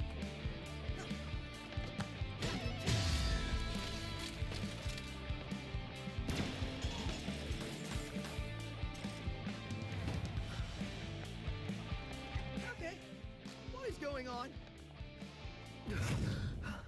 Huh?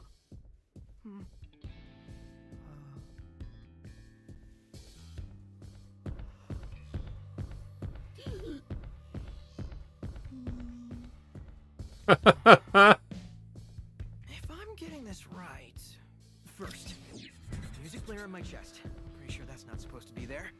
Second, it's powering up my new robot arm. Third, it's making everything sync up with the beat. And this sounds ridiculous, but when the music kicks in, it feels like I'm on a stage. Oh, jeez.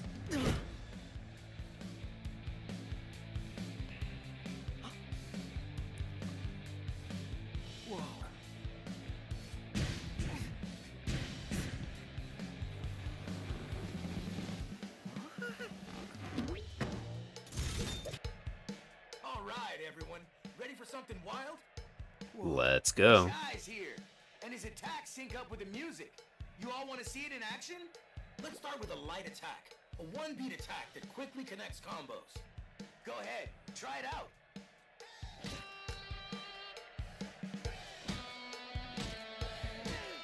Now try a combo and beat to the music. This will be what perfect timing feels like.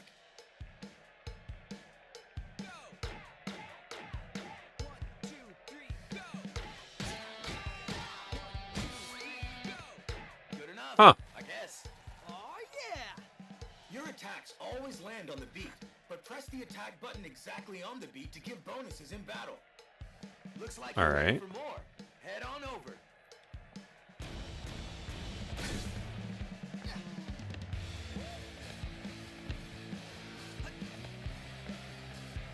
How about delivering some real damage? The heavy attack. This one takes 2 beats to land, so listen carefully for the beat in the middle. They're definitely going to regret shutting the studio down.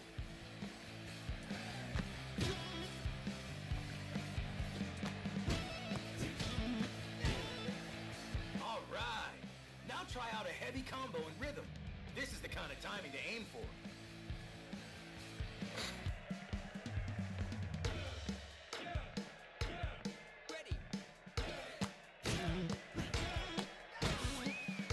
What a pro! You got it. Is there like going to be a music bar that plays the whole time, like when you're in combat? And the crowd goes wild. Chai tea.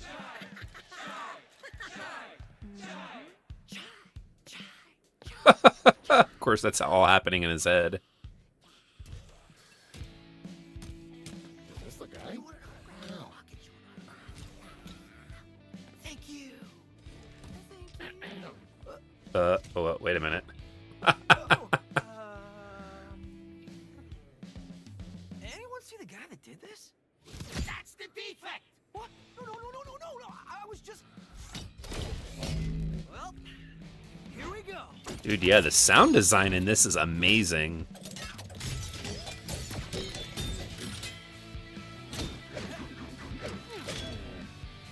Pick them out!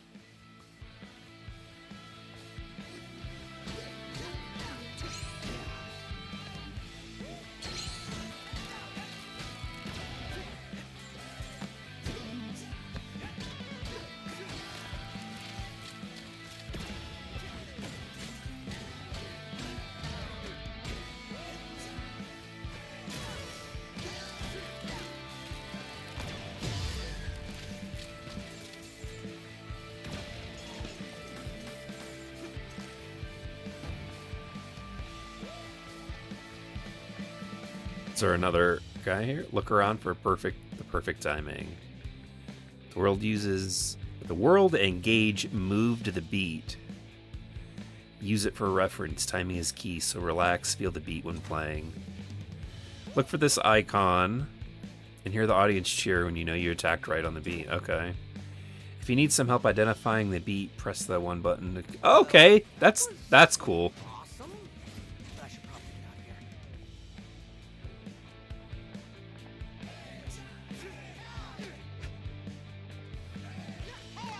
Big boss of production record here. And what's this I hear about a defect running wild in record zone?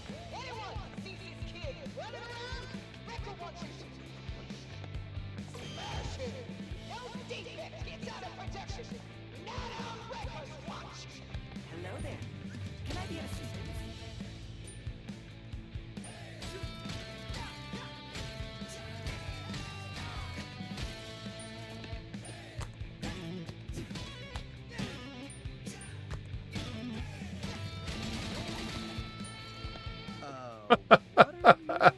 Vandalay Smartfridge VA. Vandalay. Art Vandalay. Not very catchy, but I can analyze your well-being and guide you to satisfaction. Let me indulge. Hey, no indulging. You seem to have musical robot powers. Would you like me to explain your malfunctioning abilities? Yes, please. The problem may be attacking enemies to the beat. I wouldn't say it's a problem. Attacking enemies on the beat does more damage, so I sense it is beneficial for you to do so. For some people, the beat is hard to find, like inner peace. But here are some tips. Your attacks always land on the beat. Okay. And since it's beneficial to attack on the beat, pressing the attack button again when your hit strikes is the perfect time. That makes sense. That does make sense.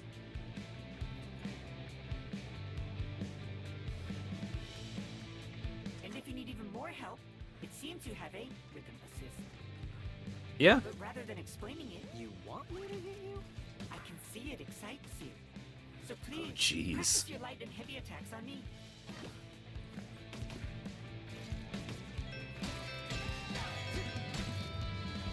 Now let's try a heavy attack.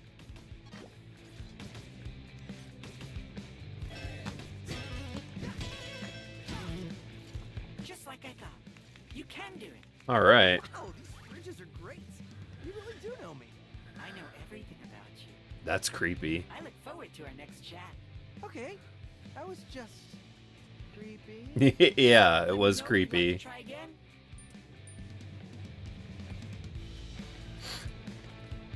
All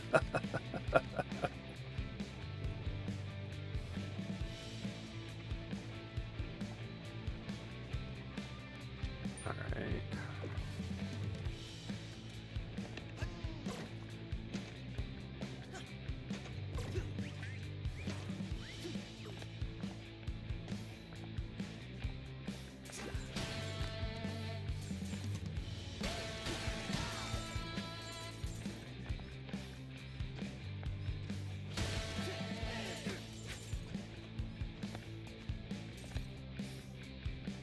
Do they have to put this on whatever the next Switch is? They have to.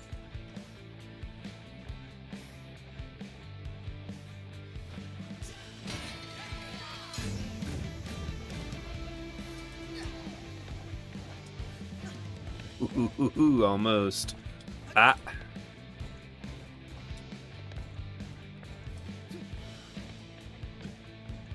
Vandalay Industries. That's the defect? Looks suspicious. Could be. Hey! You looking for me? Uh. Try and catch this? There's the dodge.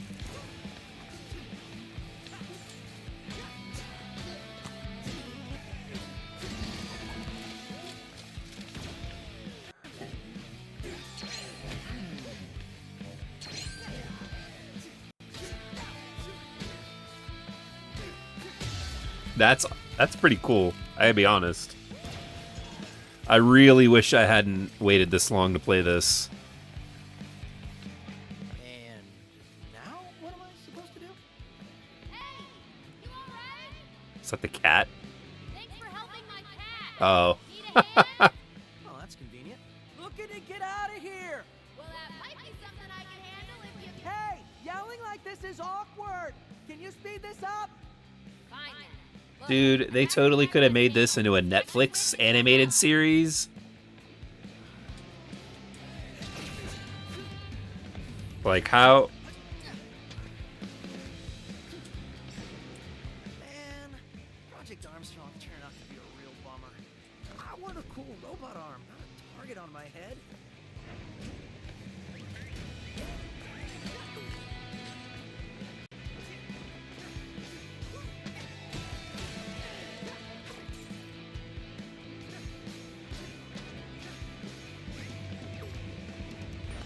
I was watching you down there. You seem very good at dodging. This is weird. This robot is weird. Analyzing your personal data, and I can see that your dodge is very versatile. Apparently, dodging with the beat enables up to a triple dodge. I see that. Even pulling items from far away. Oh, nice. I was unaware of that part, though. Dodging in the air is not only useful in fight, but also for getting to hard-to-reach places. But I know what you're thinking. Light and heavy attacks can be chained right after. Oh. I actually wasn't thinking about that. Of course you I will, wasn't. But make sure to press the attack button right after a dodge. I'll keep that in How mind. about it? Try it out on me. More training. Sorry, your hits only fill me.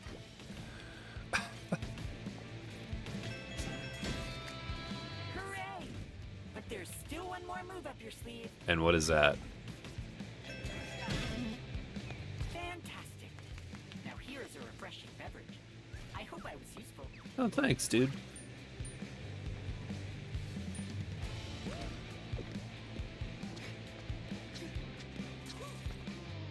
Anyone who thinks of taking a break today is getting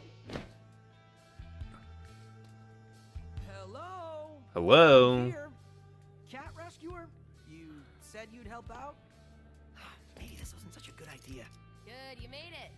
Down here. All right, so I'll keep this quick. It was the cat. I saw you fight back there. I think we might be able to help each other. I thought... Security's all over you, which I could help you with. Stop! Okay, whoa. That was you back there? You're a cat? No, this is 808. She is a cat, but I built her. Look, like I was saying... You know, I thought my music robot arm power was crazy, but this is... A little weird. Probably better off by myself. Dude, listen. Vandelay's up. Vandelay. Art Vandelay. Whoa.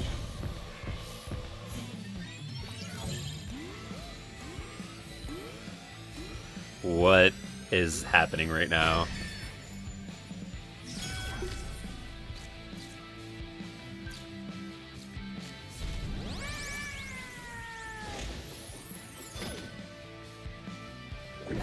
It's not responding. What did you do? Oh, hold on, did you just feel that? That beat? I think we got something here. Look who's back. Andy's got a friend? Thanks to 808, Chai's got a new skill up his sleeve. A beat hit. A beat hit. It's a timing-based bonus attack at the end of a combo. On the last hit, watch for the timing circle and press any attack button to land it. Talk is cheap. Let's try it out.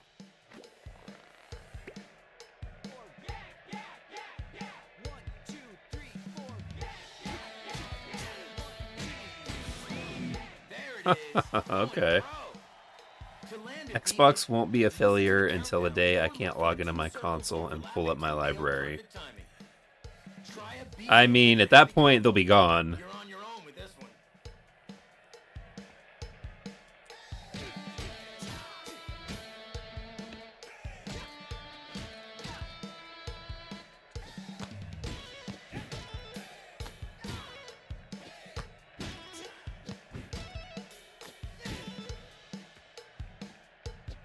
One, two, three.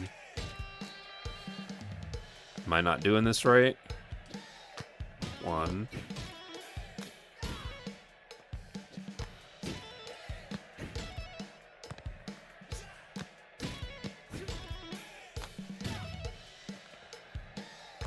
One. There we go. This is awesome! Beat hits are key for doing strong combos and damage. So don't forget to feel that beat. 808, was it? I think we got something going on here. Hey, so offer reconsidered, but I'm gonna borrow your cap for a little bit. What? Why? Hey, you wanted to help, right? Don't worry, it's just till I get out of here. You better not run off with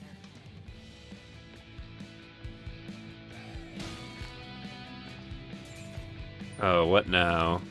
A lot of tutorials here. Wait, we were... But you seem able to do it. Wow. Correctly activating a beat hit seems to unleash enormous power. The musically inclined may be able to just... But a more visual solution is to wait until timing circles overlap. If you're still having trouble, you can tap the... You'll want to use this one.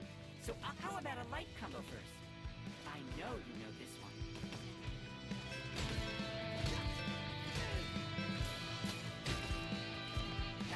Hold on, give me another shot.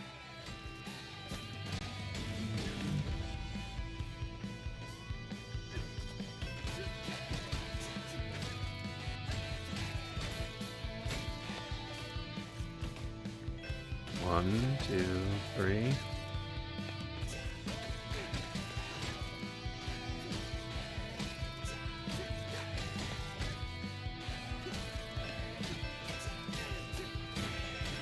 There we go.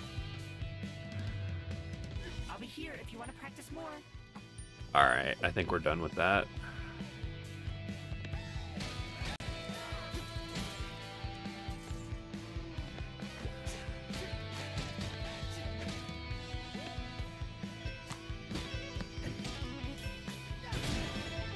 There we go.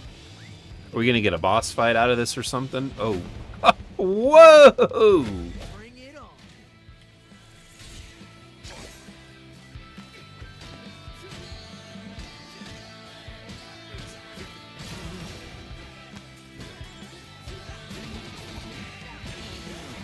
That's pretty cool.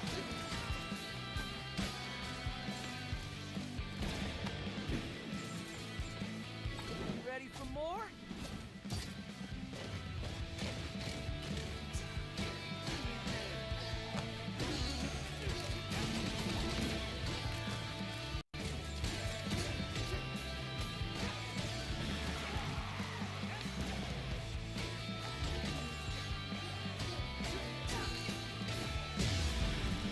This is a catchy beat. Real catchy. Who else we fighting? Well, that looks like all of them. That's it. Maybe things aren't so bad after all. Okay. Remind me to ask you later how you did all that. Like I know. Anyway, your turn. I need to get out of Wherever I am. You're in possession, and the only direct exit is through quality. I'm hoping they listen. I'm hoping they'll last a long time because I'm never buying a PlayStation if Xbox goes down. I'll go straight to Nintendo full time. Not a bad move. Nintendo's got some great games. That way out, they're probably expecting you. So you had me at way out. Let's go.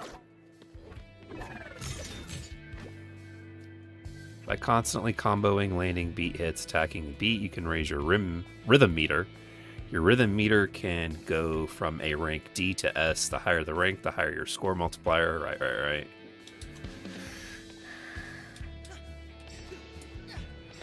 being cocky isn't going to get you out of here.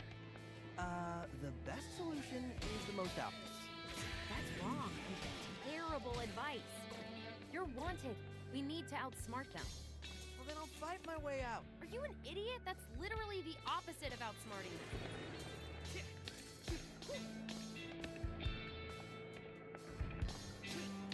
Hey, quit it! I'm working here. Oh, my bad, guy. No, you're not.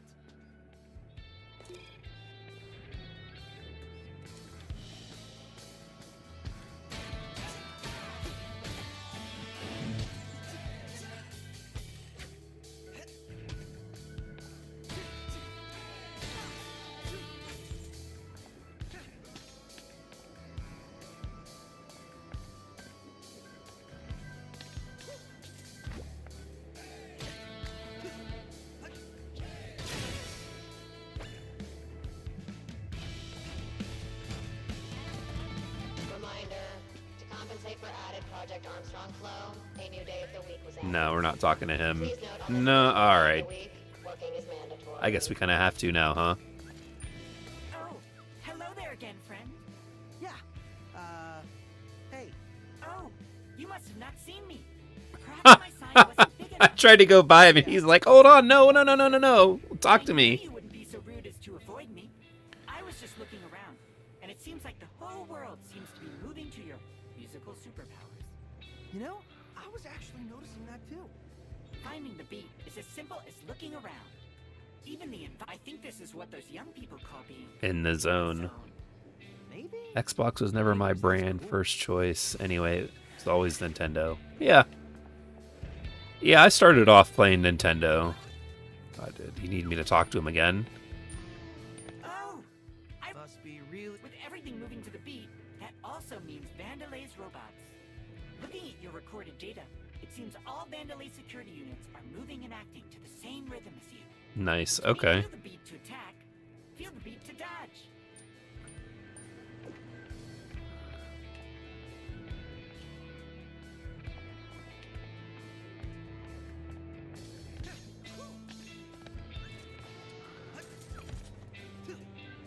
Oh my god, lots of hints, man.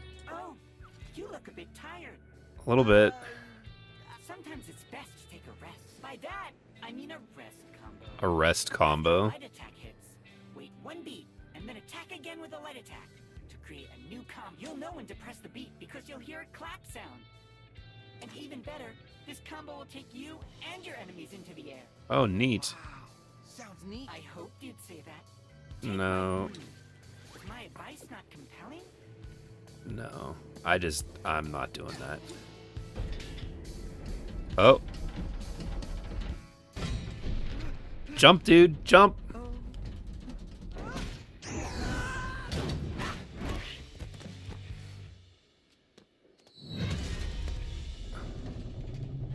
Almost got flattened there. Yeah. When people ask me what is my primary console, I explain it's Nintendo. I think so. You don't have an Xbox or PlayStation. I have an Xbox. Try to start your primary. The perks of being the world's leading tech Okay. company, Vandalay likes to show off. But I'm looking for what they're hiding. Oh, you like digging up secrets. How about telling me your name? If it took you this long to ask, you can wait a bit longer. Woo! Ah! Shy? All right then.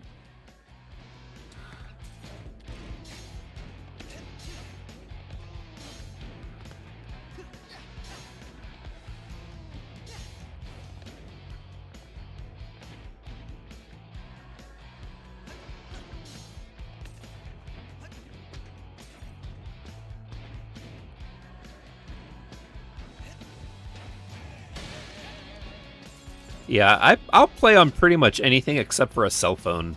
Like, I just don't do the mobile gaming. For a long time, my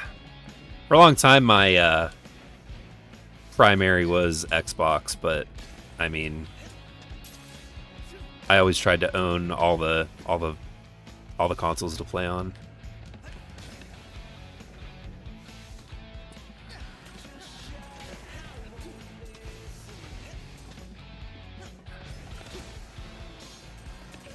The reason why this channel is an Xbox channel is just because that's kind of how it ended up going for me on YouTube.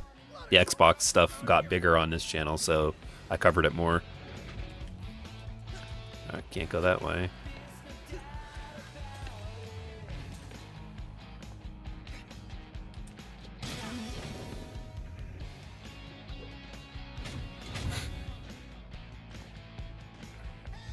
But yeah, for a while, this YouTube channel, I covered just a wide variety of things.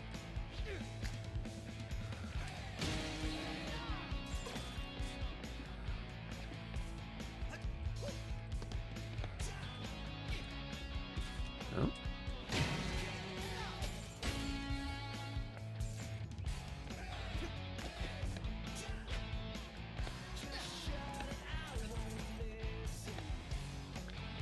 Guess I'm supposed to jump down here. Battery production activated. Oh. Don't touch the red lasers. Obviously.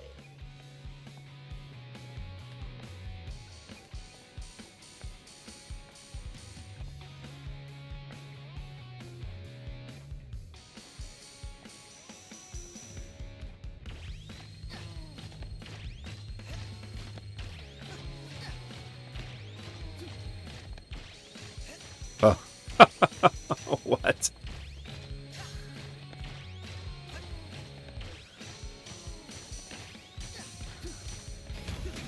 Hey, cool. What's that?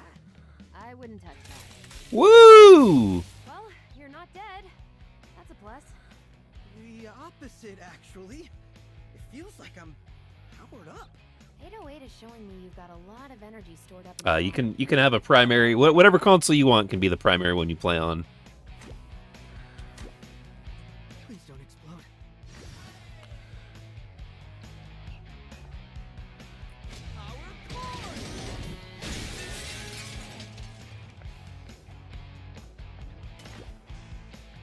Selecting batteries will fill up the reverb gauge. Reverb gauge will reset after each battle, so make use of it while it's charged up. Alright.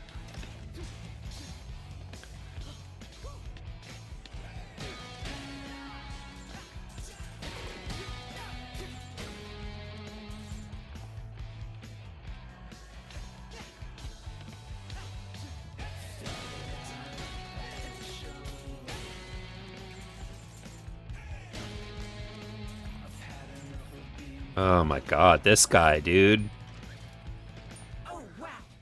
You seem to be able to now use special attack. That literally... Reminder, I know a lot about you. Yeah. Yeah. But these special attacks are key. You really are channeling your energy here.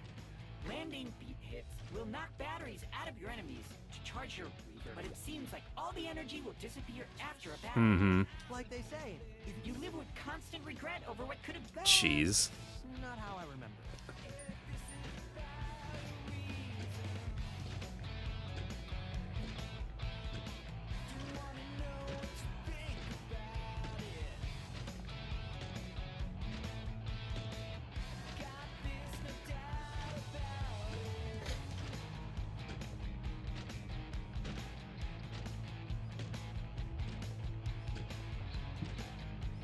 All right.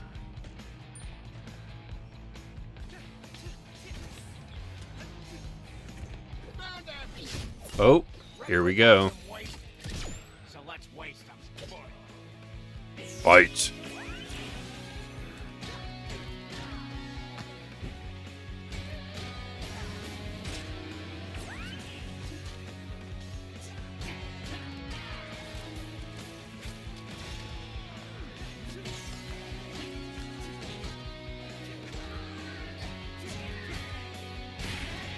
Nice.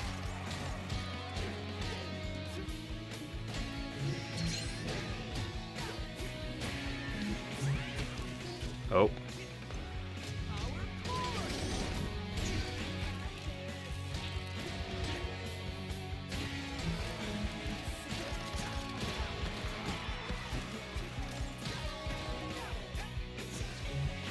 I'm surprised this doesn't have like an enemy lock on, unless that's like a thing that you unlock later.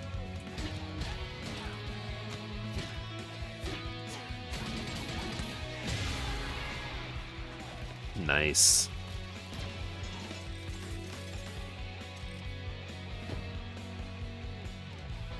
Not bad at all.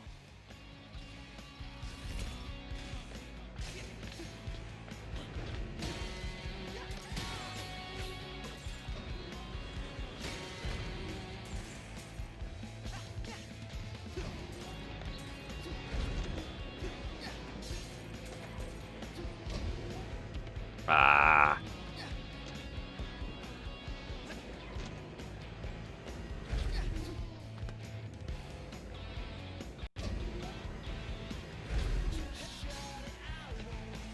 What do we got here?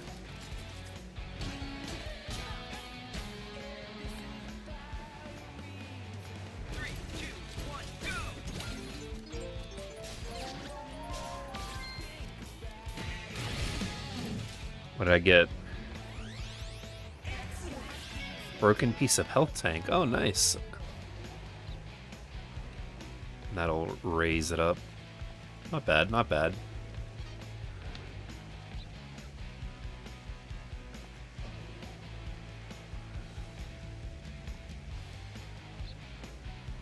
Yeah, Nintendo's first-party games are just really good. Alright, alright.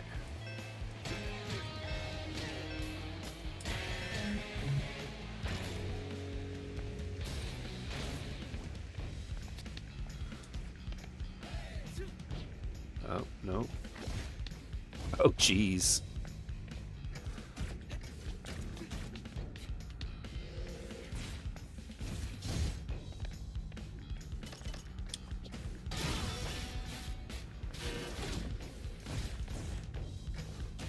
What way am I going here?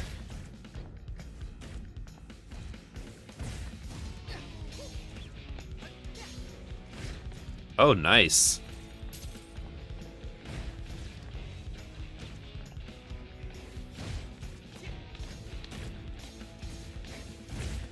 Woo-hoo-hoo-hoo, we just made that.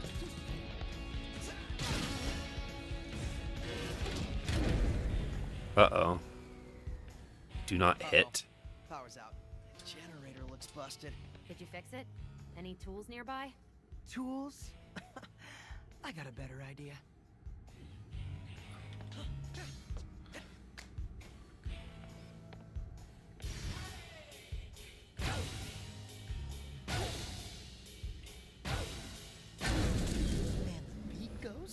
And the beat goes on.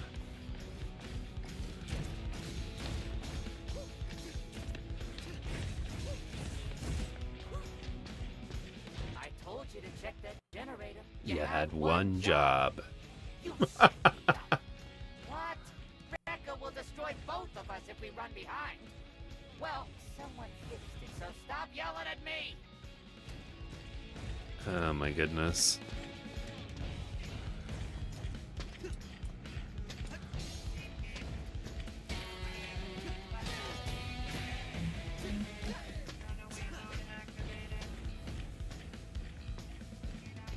Did he just roll off the edge? I think it did.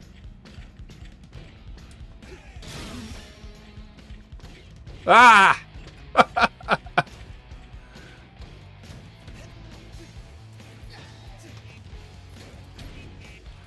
Oh dear, these platformers, man. Reminder, sick days must be registered 6 months before desired date. Sick days? Sick days for robotic employees will not be approved.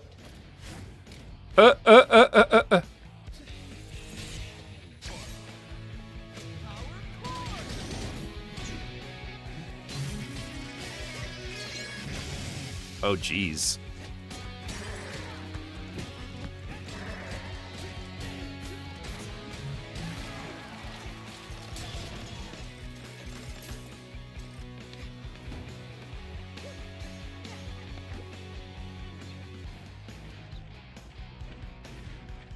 Okay. So... Oh, alright, I already beat him. I was gonna say, were they trying to... Don't understand what that was, but...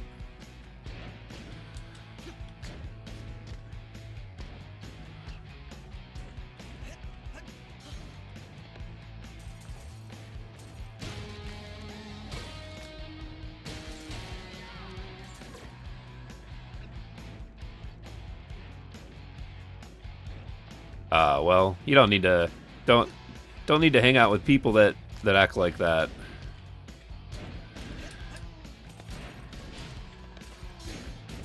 Woo! Just barely made it. Rhythm games are too hard. I want to relax, but I gotta time it right. I'll get back to work. Just one more game. What game is he trying to play? Looks like a cell phone, maybe a cell phone game. No? Alright.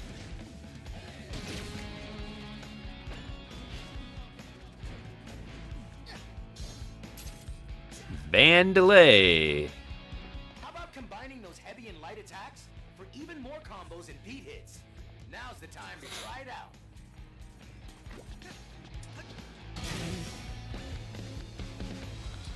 Almost out of here.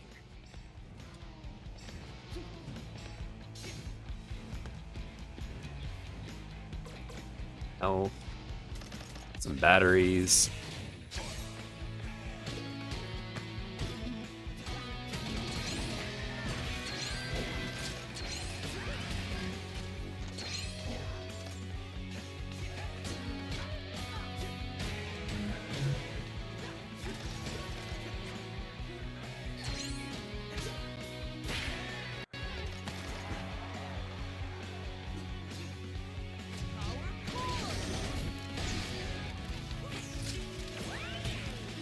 Come on.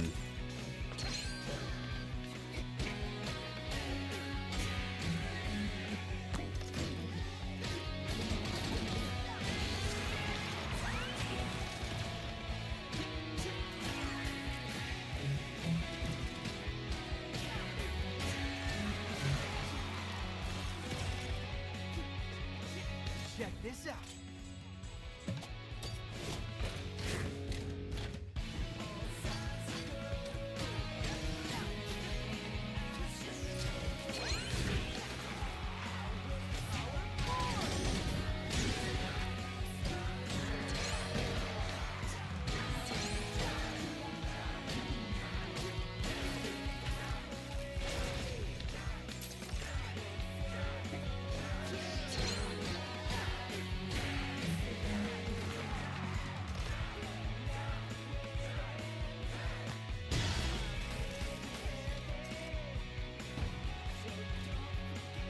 Not bad, not bad.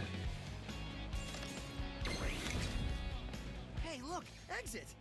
Told you this was easy. That's bait, idiot. I'm clearly expecting you. With what? Nothing I can't handle. Jeez, I wonder what they're gonna throw at me. Might actually play this now. Was just turned off by some of the stuff I saw online. Yeah, I mean, it's fun. It's the rhythm combat's pretty cool. Taken me a minute to get it, but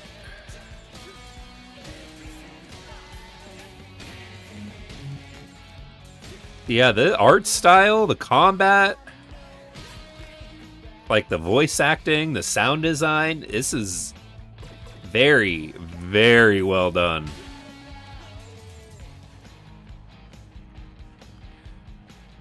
Like I was saying earlier, it's sad that they shut down.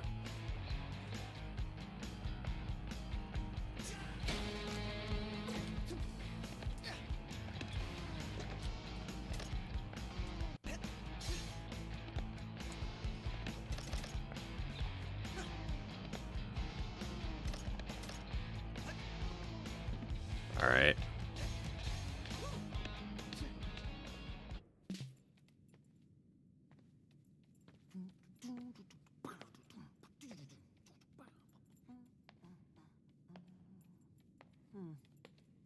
See, just like I thought. It's No way fine. you can You need to register. relax. No, there's no way to do that. Introducing the head of production,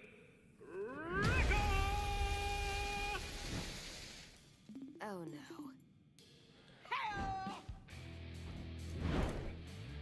There you are, man. Messing with Wrecker's crew. Wrecker's production. And worst of all, yeah, Wrecker's perfect, no defect record. Your security tried to kill me. Project Armstrong, EULA. Fine print. Should've read it, punk. Defects get recalled. Recalled? You mean killed? Wrecker ain't picked the verbs. That's for the mooks in marketing. What? Anyway, thanks for being dumb enough to just waltz in here. Wrecker ain't gotta get her hands dirty. I told you. Welcome to the Project Armstrong defect check, honey. And our QA's the best in the business. Hell! Whoa!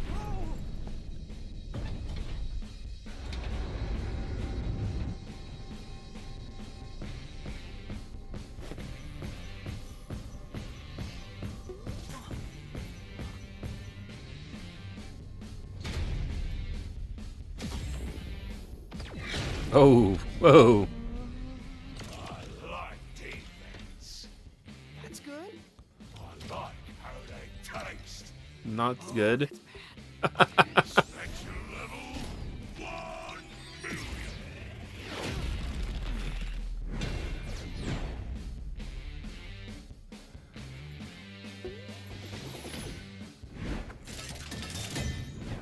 Let's rock, big boy. Oh, jeez. Oh! Alright, how do I dodge this stuff? Or how do I even attack this person?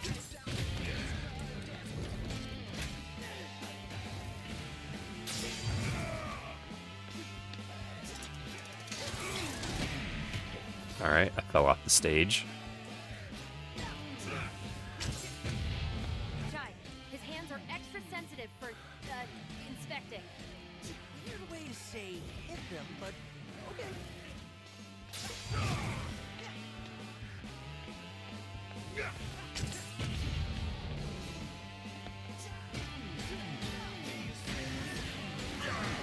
Hands down, Chai. Go get him.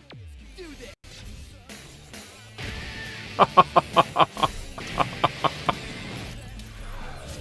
That's awesome. Whoa. Alright, I'm gonna end up dying if this keeps up.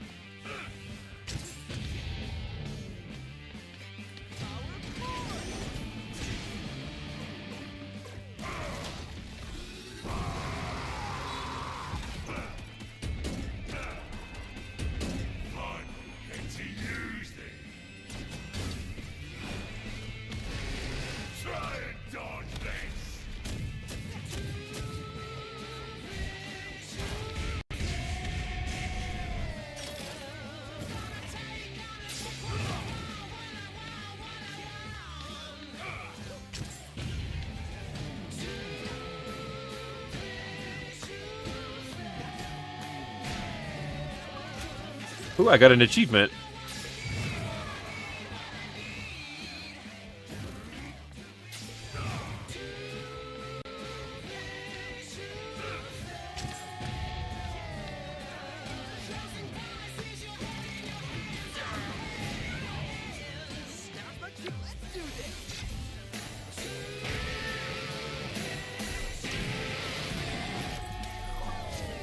Dude, I am like genuinely impressed with this. Whoa! Does that literally say weak point on his forehead? By design, speak for itself.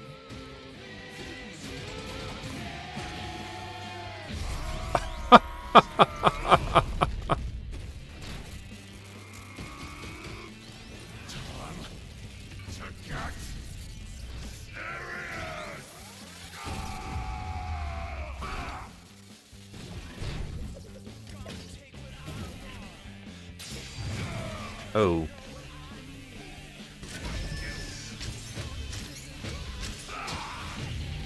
Oh no!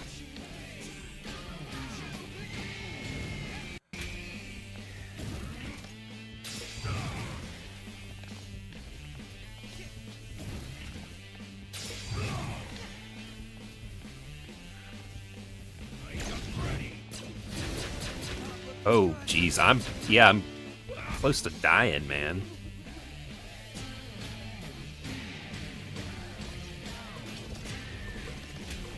Oh, there's some health.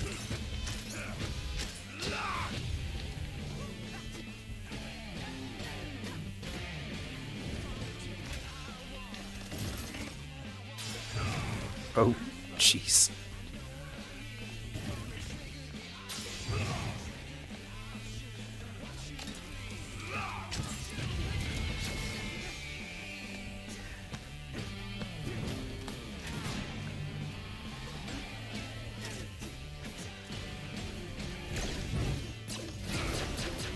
Woo!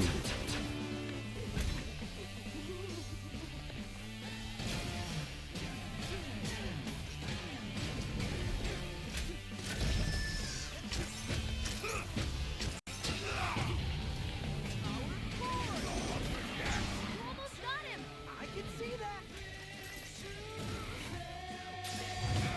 Aw, how do you dodge that, man?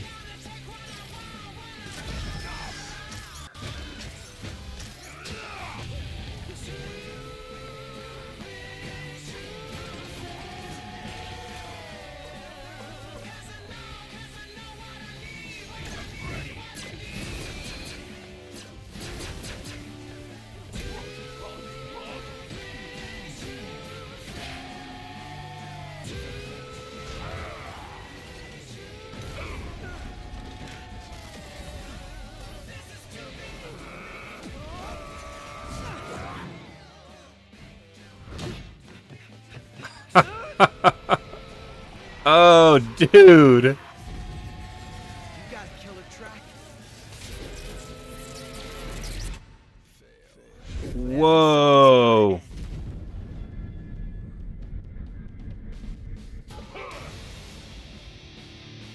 Wow, I can't believe they shut the studio down. This is by far their best game that they've made. Forget the evil within. This is it. Oh my god, what did they do?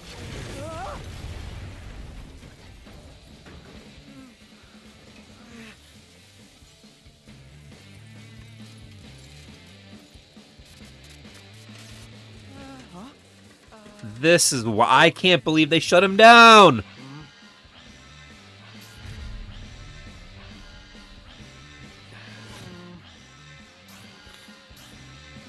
Time to go, dude. Uh-oh.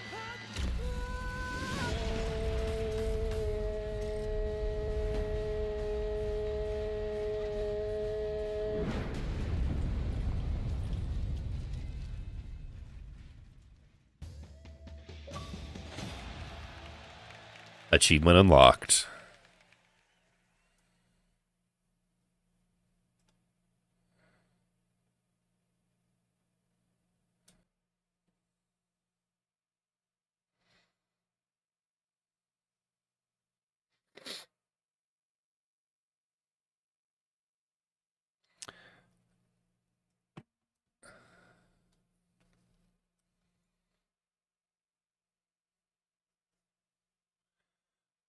All right, it looks like I'm back. I had some little hiccup here, I guess.